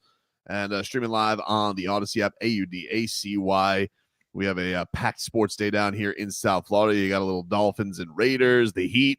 They are wrapping up their road trip as a front end of a, what the hell kind of schedule is this? A back-to-back? You got the Pacers, and then they got to come home to take on the Sixers, and the Sixers have been off since Friday? What the hell is that, Solana? Yeah, but then the Heat, they play on Monday, and then they play like another game on Wednesday, I think. Then they don't play for 5 days as well. So they they can salvage their road trip tonight, Tobin, get back to 500. Jimmy might play today as well. So. I saw that. I was a little surprised by that, especially with them playing a back-to-back, because I was thinking, I was like, oh, I could see him coming back. It seemed like he was warming up, but nope. Apparently, he may suit up tonight, and I would imagine, once he's back, he's usually back. So as you mentioned, there's a lot of days off coming up ahead, but still a weird one for sure. Plus, I mean, you have to be in Indiana, which is just an awful place.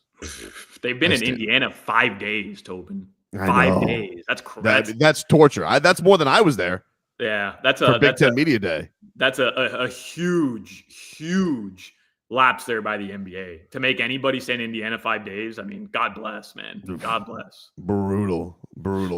Let's get to some keys to the game here, which is brought to you by Doral Hyundai. At Doral Hyundai, choose from over 1,300 new Hyundai models in inventory like the Tucson, Sonata, and Palisade. And remember, when it comes to Hyundai, the great deals are at Doral Hyundai. We've been alluding to it a little bit here on the program about Tyreek Hill and his, the lack of deep plays that there have been. Jalen Waddle as well. But I think the Tyreek Hill one is fascinating because he's just a lot more vocal. He's a little bit more of a polarizing figure than Jalen Waddle. I do agree with Bees that Jalen Waddle has to, step up in bigger spots. That drop that he had on the sidelines, that really annoyed me. I mean, that really annoyed me. And then I don't know if he was joking, if he was making a CeeDee Lamb joke, or if he was serious when he was putting up his to his eyes that he lost it in the lights. I don't know if that was him just joking or if that was for real, but I was really annoyed when he dropped that football. Well, it couldn't have been for real because it was a Monday night football game. I thought he was going light. I thought he was going lights though. I don't know. But it wasn't he wasn't catching a punt. You know what I mean? He's not losing it in the lights up top, Tobin. It was a Monday night football game. I don't know. I nothing will surprise me at this point anymore. I'm not going to say anything about Jalen because you say anything about Jalen Waddle, it's like you're saying you're against puppies. Like, he's beloved. And I am very scared anytime that I come out and have any critiques of Jalen Waddle, because I had the audacity to say this earlier in the season and people called me a bleep hole. So I just want to be clear. He's the best. He's adorable. I love his celebrations. There's nobody better than Jalen Waddle. That being said, I would like a tough catch every now and then. Yeah, I mean, you want to talk about guys who are a little soft. I mean, I'm not saying mentally. I'm just saying body-wise, a little he's fragile. The best. Yeah, he's the best at catching the ball with nobody 30 yards near him, and then he'll go and get a huge gain. But there's footsteps around. Like, Cam Kitchens was around him, and those hands were not working so good. But Tyreek Hill's obviously a fascinating one, Solana, because he is more boisterous than Jalen Waddle. Jalen Waddle is a little bit more reserved when it comes to his public comments. And, Tyreek Hill could go for 2,000 yards. They've been shooting for records. He has back-to-back years of the Dolphins record. And this year, considering the Tua injury, we all know he was injured. But even with that being said, he hasn't, I think, had one of those game-wrecking performances that we have come so used to having from Tyreek Hill. And you have to wonder, I know he's saying all the right things publicly, which is great. But you think he's happy? No, I don't. Simple as that. I don't. And remember, last week I asked Adam Beasley, and it's great that the Dolphins ended up going and they won, and they got him his touchdown, which was a great design play, by the way. I think, there's definitely a conversation to be had about his production and lack thereof is leading to some sort of fracture between him and the organization. Because like I mentioned last week, Tobin, he's looking around and he's saying, okay, I love Tua, most accurate quarterback in the NFL. We know all the things he said about Tua. He always has, since he got here, he's had Tua's back. Sometimes his comments have even been a bit too overboard with the love for Tua Tagovailoa. And you're looking around the league, and he's saying, hold on a second, my quarterback is a hit away from being out for 4 weeks, and this is what I have to put up with? Skylar Thompson, who can't throw the football, CJ Beathard on the practice squad, Tim Boyle throwing the ball out of bounds to Malik Washington on a potential game-saving play that literally, as time expired, he threw it 10 yards out of bounds, didn't put anybody in a position to at least go make a play. Like, he's got to be frustrated with that. And then he's looking at what the Chiefs are doing. He's looking at what a ton of other players are doing around the league, which is quarterback goes down. Hey, guess what? They still find a way to get their best player the football. So I think he's got to look at that and just be frustrated overall. And my question is, how much blame do we put on Tyreek, or how much blame do we put on Mike McDaniel, the offensive guru who's supposed to find ways to get the best player in the NFL the ball, Toby? Well, I just think this is the thing that I found interesting about it, right? Is like everybody will make the point, well, I thought this was an interesting comment. He's like, well, you guys were complaining last year because it was too Tyreek Hill centric, and now they're trying to find a balance. But it's like, but that's kind of the point. It's like everybody knew he was getting the ball last year, and they were able to get him the ball. Almost to like when he wasn't out there, it felt like the offense fell apart. But now it's almost like it's swung too much the other way, where it's like he's almost a decoy. And I hear these comments. It's like, well, he's better at the line of scrimmage, and he's better at blocking. It's like, awesome. That's just what I want to hear. Like, I don't know. For me, you have the guy who was voted the #1 player in the NFL. Use him like it. I feel like it's one of these things where they're almost happy that they're able to operate because people are in such fear of him. But I don't necessarily think they're getting the jump on other teams with this. Like, I don't feel like they've maybe when you didn't have Tua, okay, like you had them all fearing Tyreek Hill, so you're able to run the ball really effectively. But in a game maybe like today, where the line's a little bit banged up, I would like to see it. I would like to see a vintage cheetah game today and get back to more of what we're used to with him. But hold on a second, Tobin. Okay, we want to look at the game where they didn't have Tua, right? And we want to say, or the 4 games that they didn't have Tua. And we want to say, okay, his numbers were down. I'm cool with that. Like, I'm sure even Tyreek Hill would be willing to say, all right, I get it. We don't have our starting quarterback. Is the quarterback situation good here? No, it was a debacle. There's no doubt that the Dolphins, Chris Grier, Mike McDaniel, top to bottom, they fumbled that entire situation. Fine, we know that. Look at the stats, though. Against Buffalo, week 2, 6 targets for Tua, for Tyreek. Only 6 targets. He had 3 receptions for 24 yards. Right. The team that you're supposed to go beat, instead of throwing the ball to Tyreek Hill on 3rd down, you have Tyreek Hill and Jalen Waddle on the sideline, and you're throwing to Robbie Chosen, leading to an interception. Those are the things that I think Tyreek Hill, the same way I look at it and say, what the hell are we doing here? Hold on a second. It's Buffalo. We're down 2 scores already. It's 3rd down in the 1st quarter, and you have me on the sideline on 3rd and long? Why? If I am the most expensive decoy, what's the point? But then Tua goes down. 5 targets versus Seattle. 7 targets versus Tennessee. The one game that they won, New England, and I know Patriots stink. He had 10 targets, 69 yards, 6 receptions. To me, it's not a coincidence that the most productive game you got out of Tyreek Hill in those 4 instances was the one game that the Miami Dolphins won and had their best offensive performance, even if it was still a total disaster. Since Tua's been back, 9 targets versus Arizona, 72 yards. It was good. It was respectable. 5 more targets. in the realm, yeah. Yeah. 5 targets versus Buffalo, 4 targets versus the Rams for 16 yards.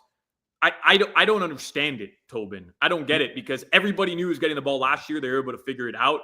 I'd rather have lost those 4 games when Tua was out, forcing the ball to Tyreek Hill and Jalen Waddle, just finding ways to get them the ball, than the way that the Dolphins did lose 3 out of those 4, which was basically ignoring him on the offensive side. Yeah, like if you mentioned like the double-digit number, like it happened 11 games last year. They got him at least double-digit targets, and this year 2. That's and week one, which was literally the only game he's had close to 100 yards was that game against Jacksonville. And I know that one long reception for 80 yards or whatever it was, 80 something yards was the difference. But yeah, I mean, that's why he's out there for that play. And also, like, he's playing through injury now. And we know that he's basically like one more loss away possibly from going and getting surgery.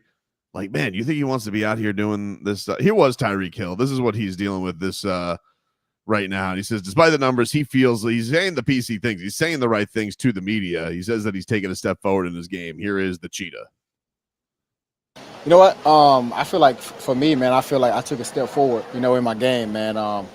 Our position coach, he has helped me develop, becoming a full, a full receiver, which is blocking, being stronger at the catch point, running precise routes and stuff like that, man. So a lot of people, a lot of people look at the numbers and say, oh, he was this and that, man. But I feel like as a player, I feel like I've gotten better, as a leader, I've gotten better. And I just feel like I've gotten better in that sense. Yeah. He's almost like convincing himself. I've gotten better. And yeah, I think I've gotten better. Like, well, I don't want you to get better at blocking. I want you to catch passes, man. I want to see you in the end zone. Free the Cheetah, dude. Let's go. Come on, Mike. Let's get it going against this team today. I did like that he said he'd cut off his arm if it meant he was going to be out there. We'll take a break here on the program. We should get our actives and axes. We have news on Teron Armstead and his ability to play for today as well. So we'll dive into that. More Game Day Uncensored after this. The Dolphins are back home this week to take on the Raiders Sunday afternoon. We'll get the coverage started at 9 a.m. with Game Day Uncensored. The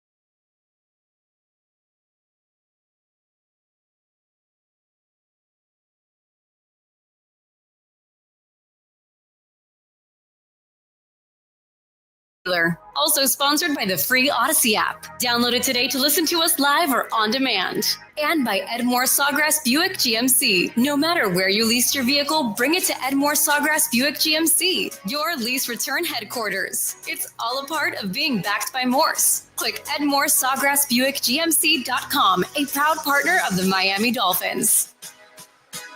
And welcome back, everybody. It's Game Day Uncensored here, 560 WQAM. Taking you guys up to the 1 o'clock kick at Hard Rock Stadium. Shout out to all the Dolphins out there tailgating. Shout out to my boy Ara from A&T Dry Cleaners. I know they're out there today having a good time, getting ready for a little Fins action as the Dolphins back in the friendly confines today from their Monday Night Football. That's the word in the sport we cover. And I'm completely shook now. But we got to get to our actives and actives now, Solana, and that's brought to us by JM Lexus in South Florida. When you think football, you think Miami Dolphins and Miami Hurricanes, but when you think Lexus, think JM Lexus. Right now, we've got it all for fall. Here is what we got, Solana. The inactives for today's game: Jeff Wilson, Ethan Bonner. No surprise there. They have been inactive most of the season, as has Mo Kamara and Andrew Meyer. Kendall Fuller, he remains dealing with that concussion, gnarly injury that he suffered. D. Eskridge is out, wide receiver. Probably the biggest one on there, Solana, that was up in the air. Alec Ingold, fullback, is missing his second straight game with that calf injury. So the intangibles wonder will not be out there in his battering ram type role that he's known for in the run game. They do not have Alec Ingold in there, which does hurt. It does, but I thought the Dolphins were still able to look decent enough to move the ball the other day on Monday Night Football without Alec Ingold. I know your boy Julian Hill is going to be relied upon a ton in that role. I haven't even looked to see what the odds are this week. I got to take a gander. Don't do it. Don't do it. He's I have to. He's not going to catch a pass, Tobin. He's literally, now with Alec Ingold out, he is literally the Dolphins fullback. Like, he's just in there to serve one purpose, and that purpose is to bulldoze people. So don't do it again, man. Don't do it. You're doing this to yourself every week, man. I know. I understand. And that's a totally fair, great piece of advice from you. I'm only plus 1,100 today. What gives, dude? Durham Smythe is plus 1,300. River Craycraft is down to plus 750. Yeah, well, he had those comments this week that he feels good, and it looks like he's going to be getting a lot more snaps today, I would imagine, right? Like, they kind of eased him in last week. I think he only played 4 or 5 snaps, Tobin. Like, this week should be a lot more. Yeah, I think he had a big block on the Malik Washington run, which, by the way, was a great play. Malik, great impression that he's made as part of this rookie class so far. So that's been fantastic. But I just got to keep doing it, Solana, because you know what's going to happen is, maybe you can call me the mush, but the week that I don't do it, he's going to score, and I'm going to keep kicking myself. So I maybe I'll put it down to just $5 instead of my typical 10. Just to save a little, but I gotta keep betting it. I don't know what to tell you. Hey, the big not surprise, but the big thing that jumps off to me looking at that injury report or the inactives, Tobin, Tron Armstead is not on that list. Right. Yeah, so, he did not practice all week. Yeah. Well, and it wasn't just because he almost never practices, but it wasn't veteran rest. I mean, it was some part in due to rest, but he had a knee injury that was keeping him out of practice. So the fact to me that you were going to have potentially no Austin Jackson, we know he's on the IR, which sucks. And potentially without your left tackle as well, and Teron Armstead. I know Bees is very optimistic about this game. And Tobin, I think you are as well. This is going to be a game where the Dolphins offense goes out and they're productive and you finally put up the big numbers. Not having your 2 starting tackles, to me, would have been a huge deal, no matter how much better this team is talent-wise than Las Vegas. So the fact that Teron's there is a huge relief for me. I don't disagree with you. And honestly, what makes me nervous about it, Solana, is it's not even – I would almost feel this is like a Matt Moore thing where, like, I always love Matt Moore coming off the bench more than I did him having a full week of practice. this is almost the flip of that. Like, if you told me we knew all week Teron wasn't going to play and Patrick Paul got the reps, cool. I get worried about he's banged up and maybe there's a play he has to take off or he gets rolled up on, and then that typically feels like when the Tua disasters happen because two guys have to be in for a play. You know, you think back to that pick that he threw, that awful pick 6 that he threw against Buffalo, where the entire left side of the line had to get replaced, and yeah, all hell broke loose. Those are the ones that really, really scare me when a guy's banged up. Not so much, all right, Kendall Lamb's got to start or Patrick Paul's got to go in for a game, but we knew this the entire week leading in. But it's definitely something to keep an eye on for sure. That the idea that Teron's not 100% going into this, because yeah, we were just singing his praises last week about the durability and how he's been playing great. He's been available. He basically got poked in the eye this year. Like, that was a complete fluke thing. So, but it is his MO. He gets hurt. There is usually a wear down with him. And, you know, if that does happen, it almost feels like it was overdue to happen. Yeah, especially, you know, he's hurt today or he was hurt all week and then he plays today. I'm saying I would have been concerned without Teron Armstead on the left side of the line and Austin Jackson on the right side of the line. Well, you know, you're without AJ for at least 4 weeks. Man, it's totally against what I was saying, but let this guy just take a rest. Let him take a week off so that he's healthy.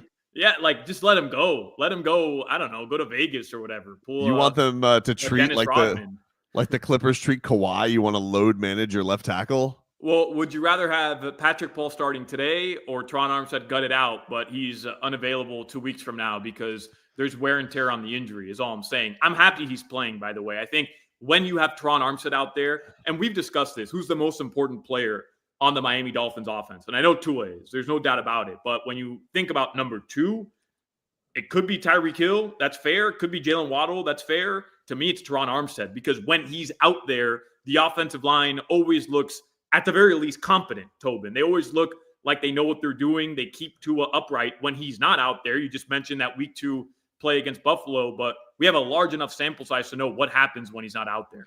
Yeah, and I actually don't even hate what you're saying if the Dolphins were standings-wise in a better position. They're just they're in no man's land when it comes to margin for error. So you can't really play with any games because, man, imagine pulling an arrogant move like that and then you lose and you didn't play. Yeah. You didn't play Teron Armstead.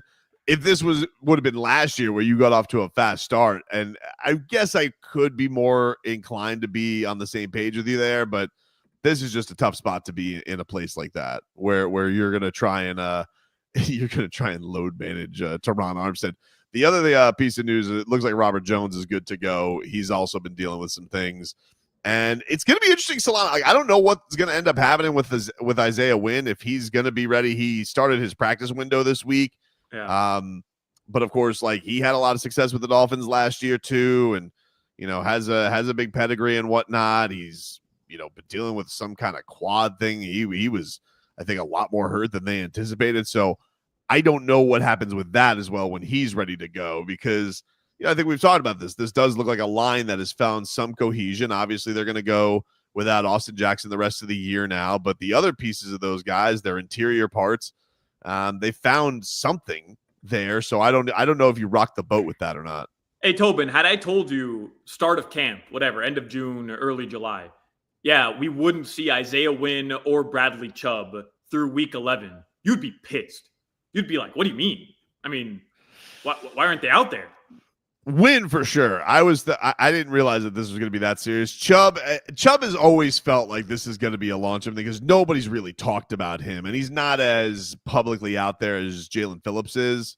So I'm not as surprised by the Bradley Chubb thing, but the Isaiah Wynn thing, it always felt like, oh, that he's going to be good to go at some point, but then like, no, he never really was. So I don't know. I don't know what has to happen before you rock the boat like that. But look, as we're seeing with the offensive line, you can never have enough of these guys because, you know, one guy gets rolled up on and then all of a sudden, you know, you're scrambling to try and find an answer. So I don't want to make it seem like, even though Chris Greer has implied that he has an embarrassment of riches, as soon as you start peacocking like that, then you're just ripe for disaster. You're ripe for disaster, and you're heading towards a bad place.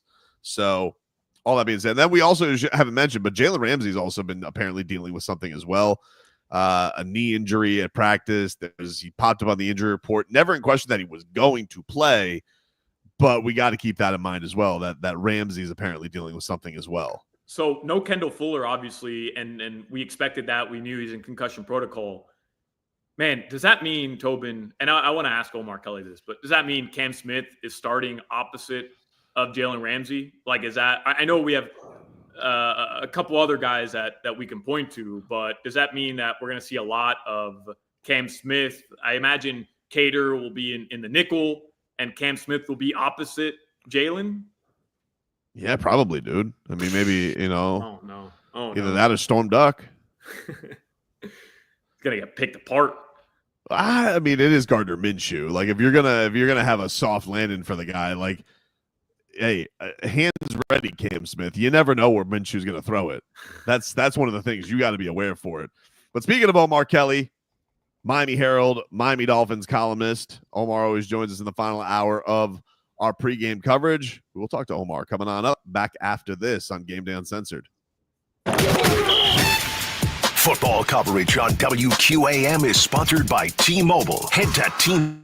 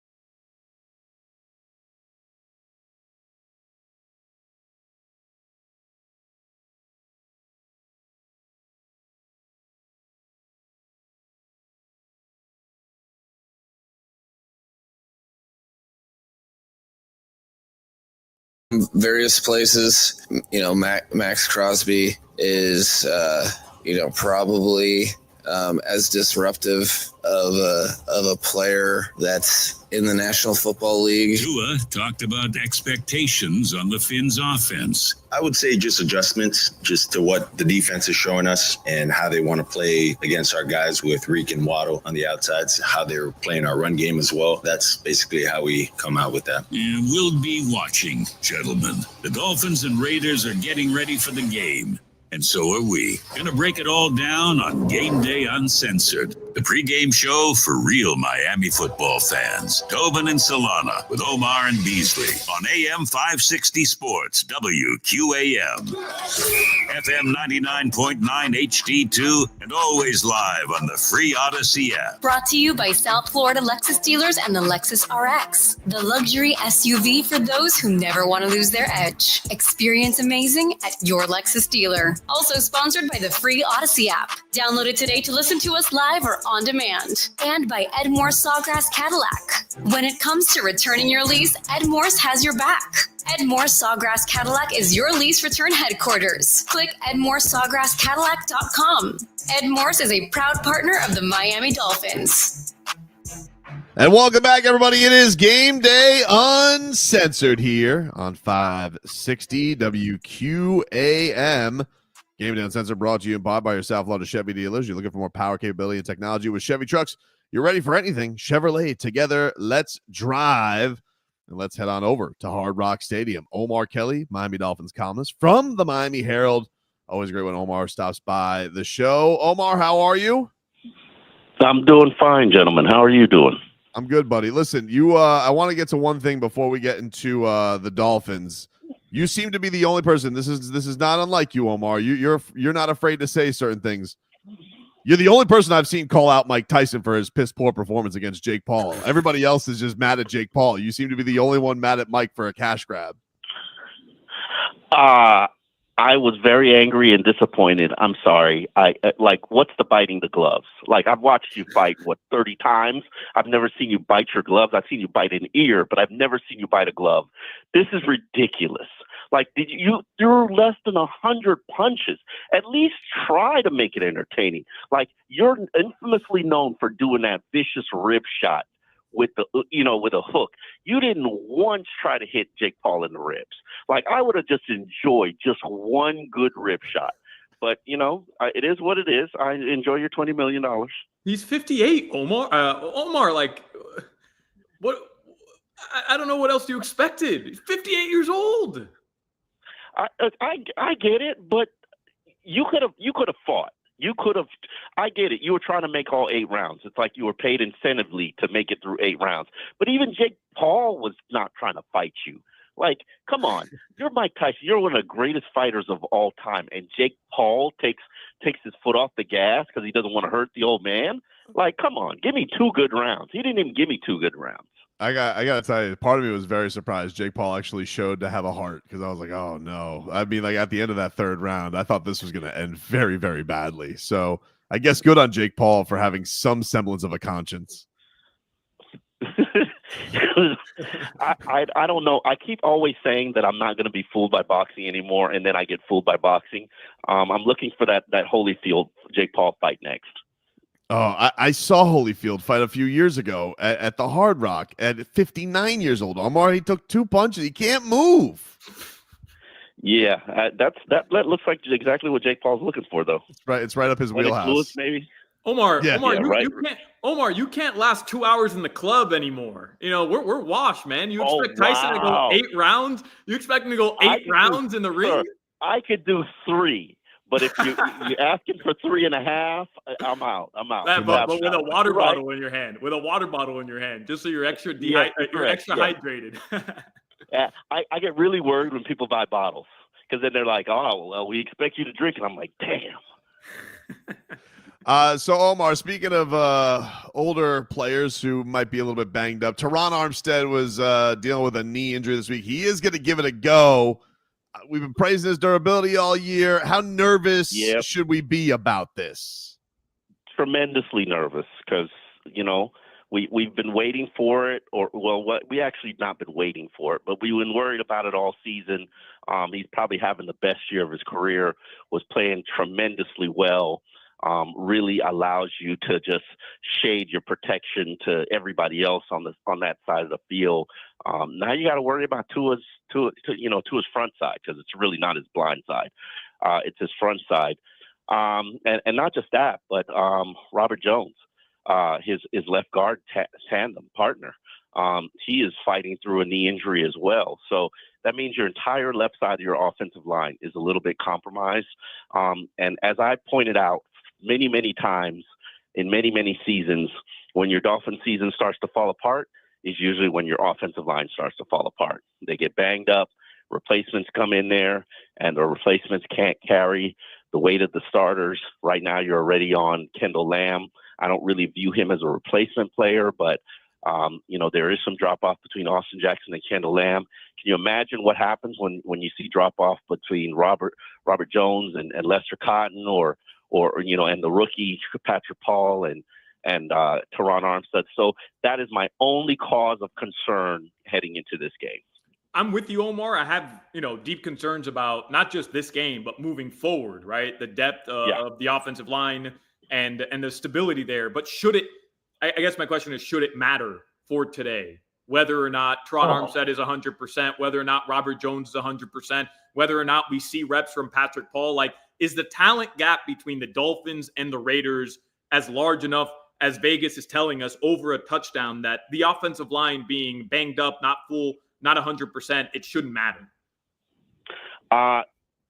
You're right. It really shouldn't matter, but they have the one player that can wreck the game and wreck the season for you in Max Crosby. Max Crosby can catch Tua one good time, put him out the game, and then you have your ultimate equalizer. So that is my concern.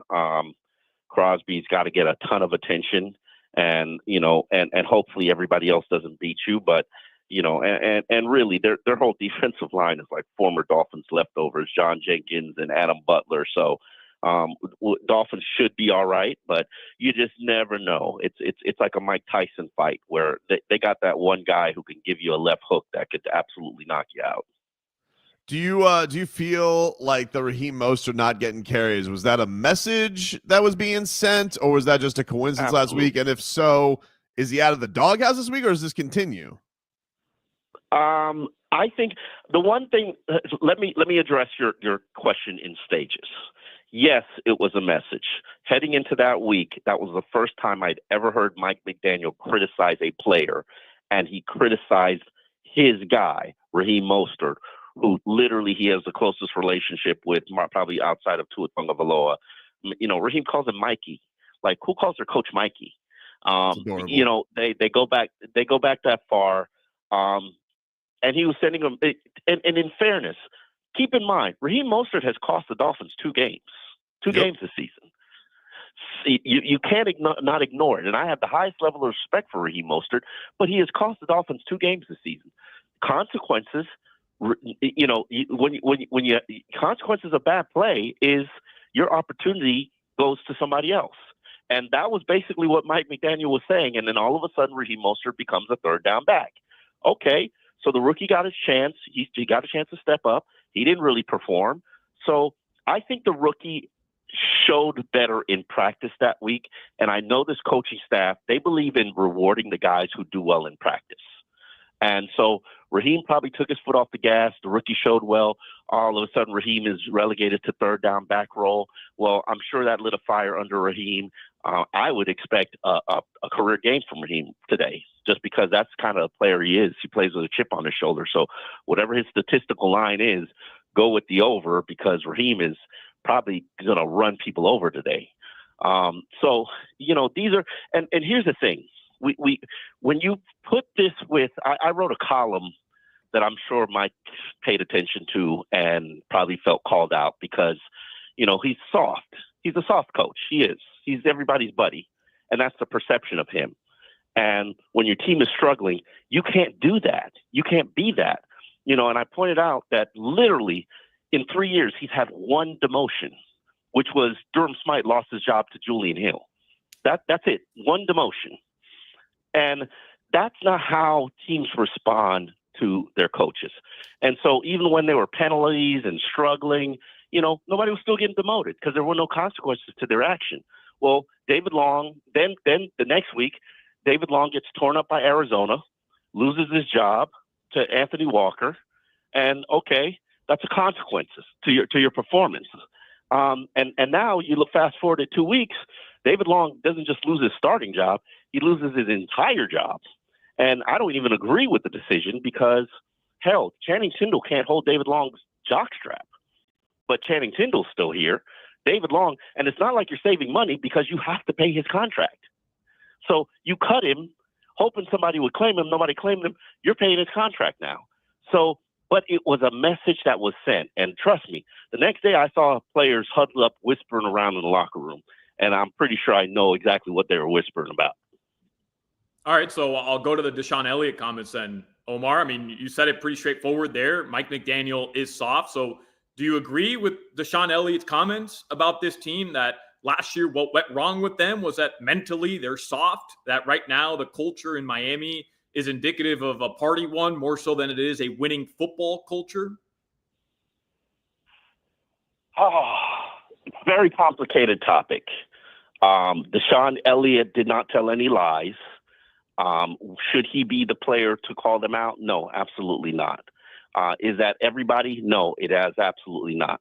But can I go to Tootsie's on a Friday and find Dolphins players there? Absolutely, I can. I'm at Tootsie's too. So it's but I will say this. This isn't something that they don't know. Jalen Ramsey flat out confronted his entire team and told them, we're going to fix this, we're going to address this in training camp for a 15-minute speech in front of the owner. Like, I heard it. This is something that Jordan Poyer, Saran Neal said, hey, we're coming from the Bills. Y'all are BA team. That's how we perceived you. You fold. We punch you in the mouth. You fold. We're here to try to help you change that. This isn't a secret. But I don't blame the softness on the coaching staff. It's just, and I don't blame it on the community or the culture. We have some challenges here in South Florida. We do. It's a fair weather fan base. So you go to Buffalo, they don't got nothing going on in their town. On Sunday, everybody's wearing Bills gear. Everybody. When I say everybody, I mean everybody. That's not this environment. That's not this town. Like, oh, Dolphins lost. All right. Oh, well, let me go cheer for the other team that I care about because everybody's a transplant here. That, it's this whole soft or we don't care or toughness, at the end of the season when they folded, and I say this to you guys because I did the pregame show with you guys last year, it wasn't a byproduct of, oh, they weren't talented enough or they were playing better teams. No, they just had a ton of injuries and they had nobody out there. Jalen Waddle wasn't out there. Raheem Mostert wasn't out there. Tyreek Hill is playing on one leg. You had 3 backups on your offensive line. You had absolutely no pass rusher. You signed 3 30-year-olds to play the Chiefs in the season finale. You had no inside linebackers. You had no Xavier Howard. You had no Javon Holland. Like, who the hell you think is going to beat the Chiefs like that? Like, shut the hell up. Like, that's just dumb. Like, people, and to blame it on being soft? Like, come on. You had no talent on the field. Omar, before we get you out of here, Antonio Pierce, of course, after Tua's injury, he said, listen, you should retire. You go take care of your family. While being a very nice man and saying a considerate thing, we know how much Tua seems to hate this. Like, he hates being the poster child for concussions. Do you feel like Tua uses this as some kind of motivation today? Is there some kind of throwing 2 touchdowns and gesturing at Antonio Pierce? Does he have something in his bag to get revenge on this today? There is this perception that there's a salty Tua out there, and I can tell you it's real. It's real. There's like a dark side to Tua right now, and trust me, he heard everything you said about him, and he's coming for you. And Antonio Pierce, your team's about to get lit up today. Oof. I like that. So Tua is paying attention. So Omar, just to rehash a debate me, and Tobin had last year, you guys called me crazy. You're willing to admit Tua is paying attention to what people are saying on social media. I think the concussion. I think he had a lot of idle time on his hands, and that 4-week period where he was learning to be a coach and showing up at meetings at 5 a.m. in the morning. I think he was dabbling a little bit into social media, and he knows what everybody said about everything related to him. And I know this for a fact. He's probably got a burner account now. He's like Kevin Durant. No. He's got his army of defenders. Come on, Nick Hicks. Come on, Nick Hicks. Tua just points. Tua just points. Nick Hicks and goes and gets it. He sends the squad. Omar, appreciate the time, man. Enjoy the game today. All right, guys. There you go. Omar Kelly, Dolphins columnist from the Miami Herald. Always appreciate him giving us some time. It is time, ladies and gentlemen, to get into some porpoise props. What action we got on today's game? We'll tell you about it coming up next. Text WQAM on the Kendall Toyota text line at 305-567-0560. Black Friday savings.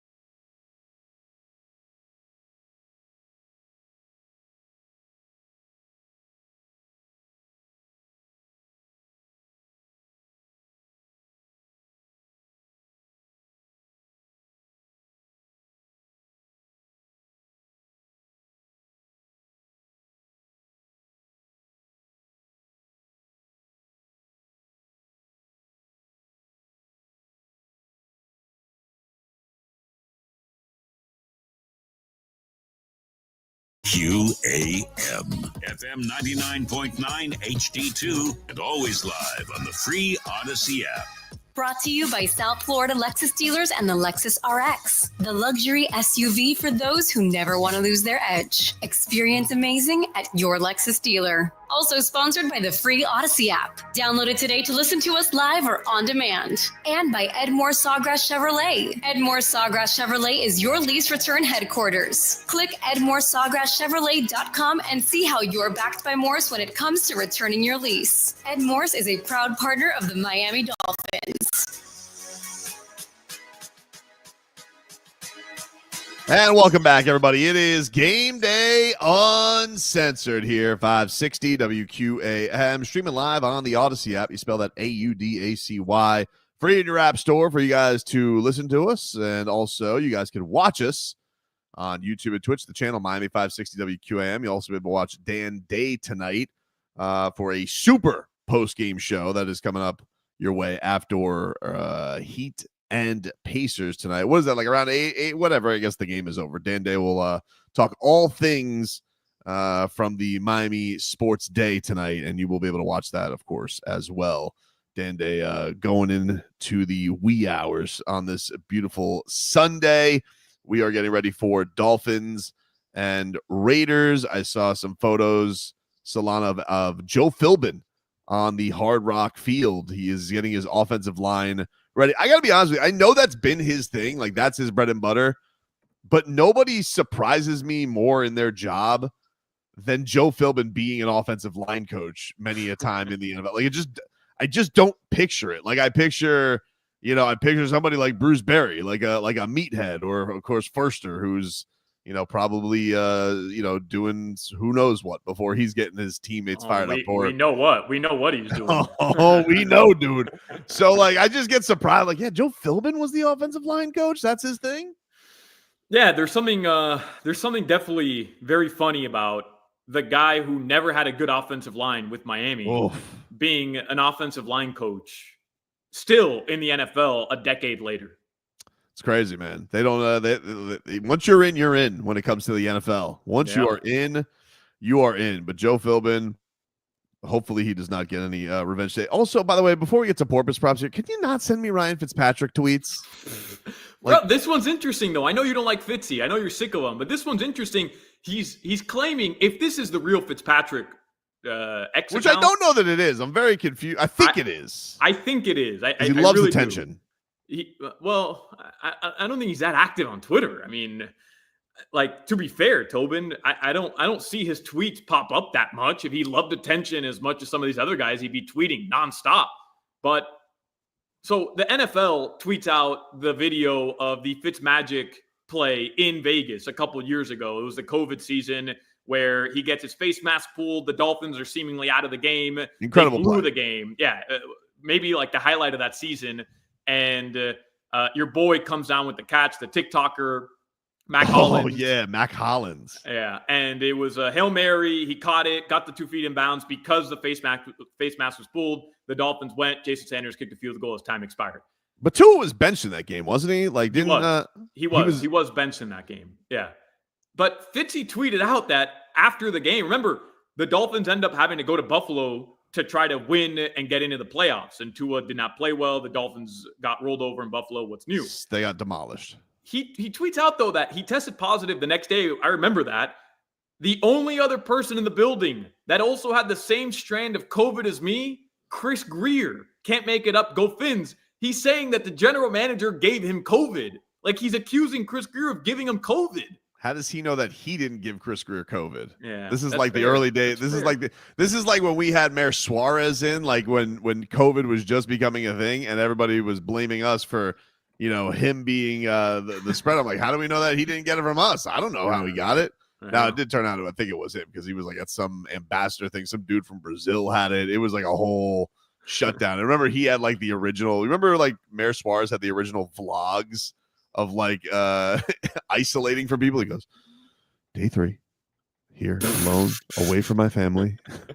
Like he was off in an island in some. Who's Who was he trying to blame? Robbie? was that when Robbie got? No, there was one time where Robbie, like our program director Galen, was freaking out because Robbie may have had come into contact with somebody who might have had COVID, and like very brief interaction, and it was like, shut it down. We can't shut it down. We are not having anybody in this studio. Crazy times. Weird times, man. Weird times. Crazy times. But yeah, Ryan Fitzpatrick, thank you for going. We had to, of course, be made more aware of your story. Like, that's exactly what we want here. Nobody's happier than you that the Dolphins don't play a Thursday night football game on Prime again this season. So you don't have to beat Ryan Fitzpatrick. Geez, it's just enough of them already. I never understood this. Like, I'm so glad, people are sick of the Kelseys. Nobody loves the Kelseys more than me because they have taken all the Ryan Fitzpatrick commercials. Like, we had 2 years ago where we were just getting bombarded with Ryan Fitzpatrick content left and right. And I'm like, I don't understand this. This guy was not a good quarterback. He has a beard. Why is he so famous? Like, this is crazy to me. And here he is, of course, having to talk about the greatest play in his history. It was a great play, objectively. I'll give credit where credit's due, but Jesus, enough of you already. It's the Fitz miracle, Tobin. It was beautiful. It was crazy. His head was being yanked in a completely different direction. I don't know how he pulled that off. It is crazy, though, that like one of the most iconic plays in the last decade of Dolphins football, outside of the Miami Miracle, of course, is Ryan Fitzpatrick to Mac Hollins. Yeah. Yeah, it's very sad. I'm looking at some of I pulled up the box score to this game, and I just saw the name Clayton Fendulum, and I'm just oh my God, Flagellum, yeah. Oh my God, man. I'm just like, what is this? What a Miles Gaskin, Jakeem Grant, Isaiah Kalen Ford. Balaj on that team. He was not on the box score for that day. Lynn Bowden was. They were trying to make that a thing. Wild times. Anyway, let's get to some porpoise props for today's game. It's time for I don't know about you, but that looked like money. Porpoise Props. Hopefully you didn't jinx us. Props. And Porpoise Props are sponsored by Hard Rock Bet. Hard Rock, roll with us. All right, Solana, here's what we got today. It is time to fire up our Hard Rock apps and see what we got today for a little Miami Dolphins action. Today, the Cheetah, Tyreek Hill, plus 125 to score a touchdown again. We've been talking about the Cheetah going out there and having this monster game today. But he is plus money if you want to bet on the Cheetah. The favorite to score today is Devon Achane, who's, of course, having a very nice season. You have Jalen Waddle at plus 145. Jonnu, plus 260 to get into the end zone. Raheem Mostert's plus 160 as he's kind of facing some redemption here. Odell Beckham Jr., plus 525. All right, you're rats off a ship on him. Rats off a ship, no. Malik Washington, who scored last week, could have paid you big. You think the rookie scores again? Plus 750 to get into the end zone today, as is River Craycraft. And, of course, what you've all been waiting for, Julian Hill. Oh, my God. Plus 1,100 to score today. Solana, who do you think finds their way into the end zone for the Miami Dolphins? How about Jack Stoll being on the list as well at plus 5,000 for the Miami Dolphins? Most people don't know who that is. Don't worry about it. He's not scoring a touchdown today. But great tight end name, though. It is. It is a great tight end name. Those are your 4 tight ends today, by the way. Jonnu, Julian Hill, Durham Smythe, and Jack Stoll. By the way, Tobin, the Dolphins were 7.5-point favorites when we started the show. It fluctuated between 7.5. It was down to 7 a couple days ago. It's now up to 8. Dolphins minus 8 tonight. Dolphins minus 8 today. So action coming in on the Fins. I would imagine part of that is the fact that Teron Armstead is out there. Like that can move the line. Literally, it sounds crazy, but that can move the line. I like Devon Achane, Tobin. I don't love Tyreek Hill only because he hasn't scored back-to-back touchdowns yet this season. So I'm a little hesitant there. But if this is the game that you were expecting, if this is the game that Adam Beasley is expecting, where the Dolphins come out, show you their prolific offense that we haven't seen, it's been MIA all season, then if you feel that way, really, if you feel the Dolphins, I see a lot of people in our chat saying Dolphins are going to win by multiple touchdowns, 27-10.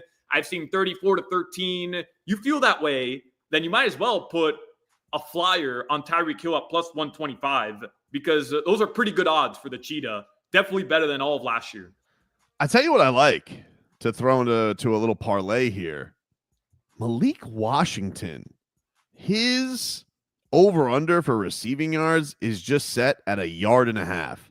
And I got to feel like he's made himself an impression over the last couple of weeks. I got to think. And his over-under on catches, by the way, is set at 0.5. One catch for 2 yards, Malik Washington. I know that they use him out of the backfield, and they'll just hand it off to him, Solana. But you had that big catch that we talked about where Tua threw between 3 defenders, kind of making himself a safety blanket. They give him a lot of snaps. I feel like that's a layup from Malik Washington today. Yeah, but with River Craycraft being back, Tobin, does that matter? If River Craycraft's on the field more, I would imagine that's less opportunities for Malik Washington. It's my only, because I like what you're saying here. The idea last week that you got the end around for Malik Washington, the difference between that being a run and that being a pass is literally he runs in front of Tua instead of behind Tua. You would have gotten the exact same result, whether he just handed it off to him in front, pitched it to him, or what you ended up getting, which was a jet sweep behind Tua's back. I like it. I like it. And Malik had that big catch. I told you in the first segment, the fact that Tua trusted the rookie on that big play to go move the chains, ultimately winning them, icing them the game. Maybe he has some newfound trust for Malik Washington.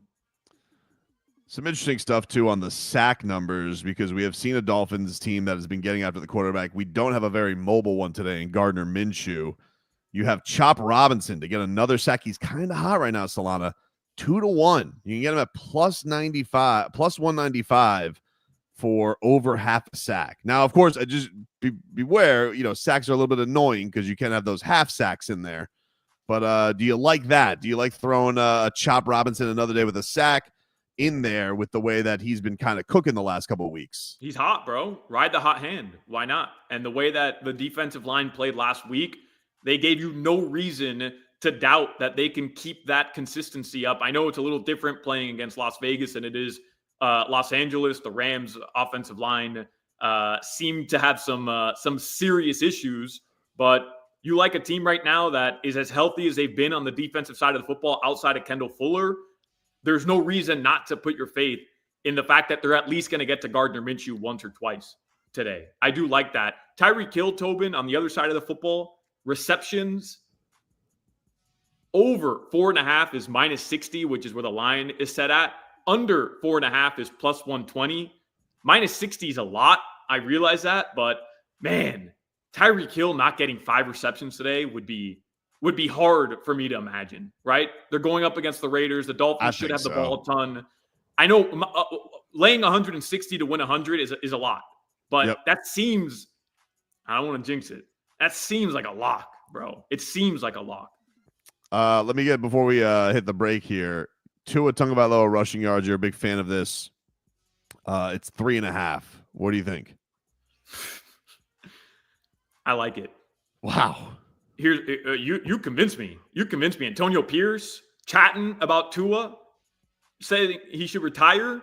You convinced me today. We're gonna get spicy Tua out in the field, and I could see him. Pocket opens up. Tobin, second and short. Go pick up. All he needs is one run. That's it. One run, 4 or 5 yards. Get down for the first down. I could see it, man. He's gonna send a little message over to the Raiders sideline. Tell the head coach, hey, shut your mouth, brother. Antonio's gonna be like, I was just concerned.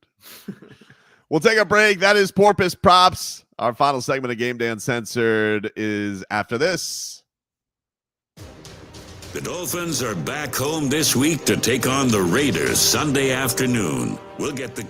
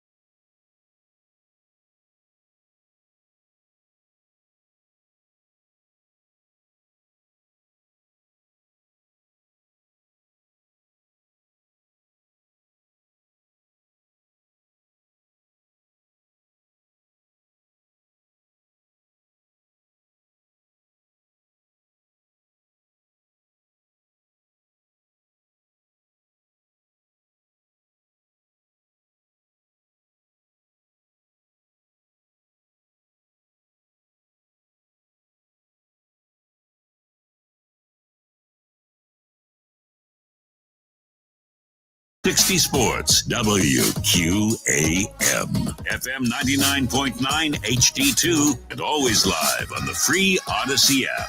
Gameday Uncensored is sponsored by Southern Lexus Dealers. Find your summer getaway at the Lexus Golden Opportunity Sales Event. Get offers on select models through September 3rd. Also sponsored by the free Odyssey app. Download it today to listen to us live or on demand. And by Edmore Sawgrass Cadillac. When it comes to returning your lease, Edmore's has your back. Edmore Sawgrass Cadillac is your lease return headquarters. Click EdmoreSawgrassCadillac.com. Ed Morse is a proud partner of the Miami Dolphins.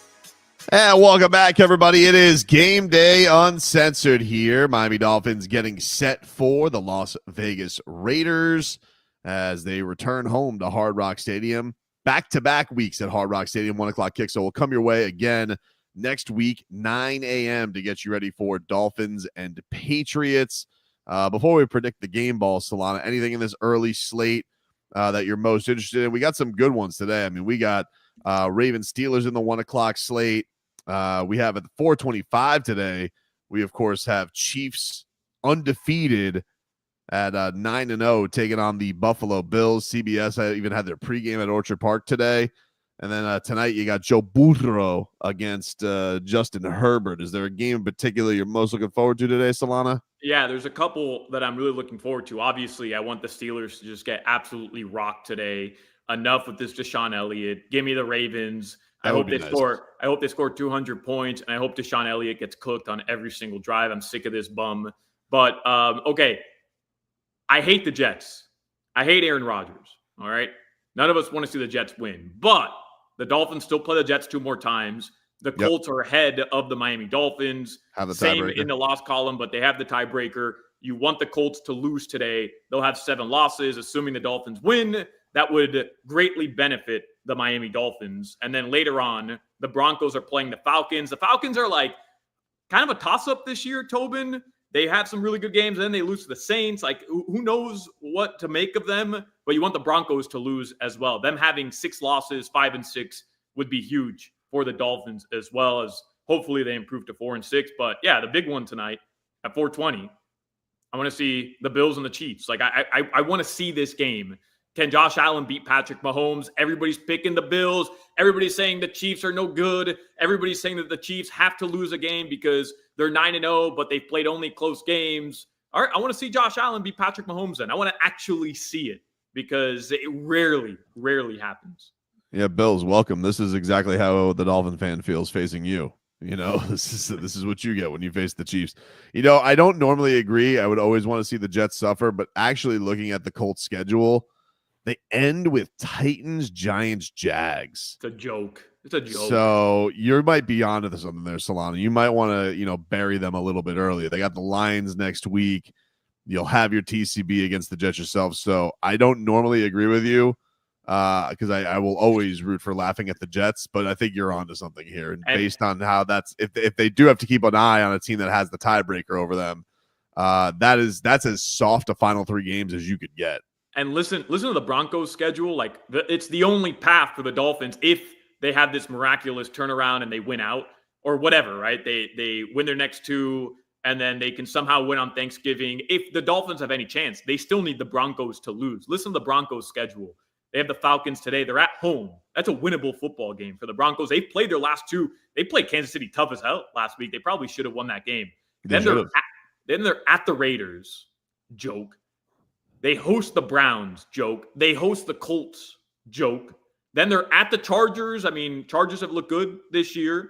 Then they're at the Bengals. Who knows what you're going to get, especially at that point if the Bengals are out of it. Is Joe Burrow even still out there? Then they're at home against Kansas City. Kansas City could be benching everybody as well if they have the 1 seed tied up, especially if they win today. So the Broncos kind of have a really easy schedule down the stretch, or at least winnable games, considering how well they've played. You need the Falcons to win today. Like, if you're the Dolphins, you got to have your Atlanta Falcons hat on. Man, all right, there you go. All broken down. Who gets the game ball today, Salah? If the Dolphins pull this off today, who will I know Mike McDaniel gives the game ball to everybody, but if he was limited to one, who gets it? Can I say Jonnu Smith? Are you going to be upset at me? No, because I know you want the breakout Cheetah game. You want the breakout Waddle game. but something tells me Jonnu Smith today is going to eat. Back at home, he's been playing really, really well. I think it's building momentum the way that they're getting him the ball. I like today, Jonnu Smith, maybe a touchdown or two. Wow. All right. I'm actually going to go to the other side of the ball. I think Chop Robinson has a multi-sack day today. Kid's cooking. It's starting to remind me a little bit of Jalen Phillips. He's been flying around the quarterback. This is a gettable QB. And if not, I feel like he could be around him to throw up some ducks, maybe some pickoffs for Ramsey, or maybe a duck to Storm Duck. I don't know.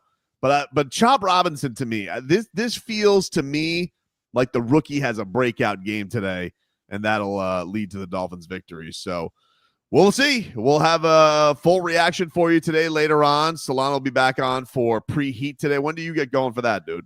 3:45 today. Tobin, one thing we didn't talk about really quickly. You know, Liam Eichenberg's brother plays for the Raiders. Tommy Eichenberg. Yeah. What does he do? He's a linebacker. Oh. Yeah. Wow. Yeah. He's a linebacker. Tommy Eichenberg. Does he fall on his own players? I think so. Yeah. I think they're both just out there trying to hurt each other's roster. All right. The Eichenberg showdown. Who knew? The Eichenberg showdown. It's a weird game, though. A lot of connections to the Raiders. Very strange. Mm-hmm. Very strange. So 3:45 preheat. Heat get going at 5:00 tonight from Indiana, and then after that, and then after your post game, Dan Day will come on with Gameday Uncensored post game edition. Thank you everybody for tuning on in. Thanks to Adam Beasley. Thanks to Omar. Thank you to Brittany Rodriguez for a fantastic job producing today, and Dan Day for his assistance as well. We will talk to you rascals next time. Fins up. And that's another Game Day Uncensored, version number 11. Dolphins, Raiders at Hard Rock Stadium coming up. We'll be back right after the game with reaction on the postgame.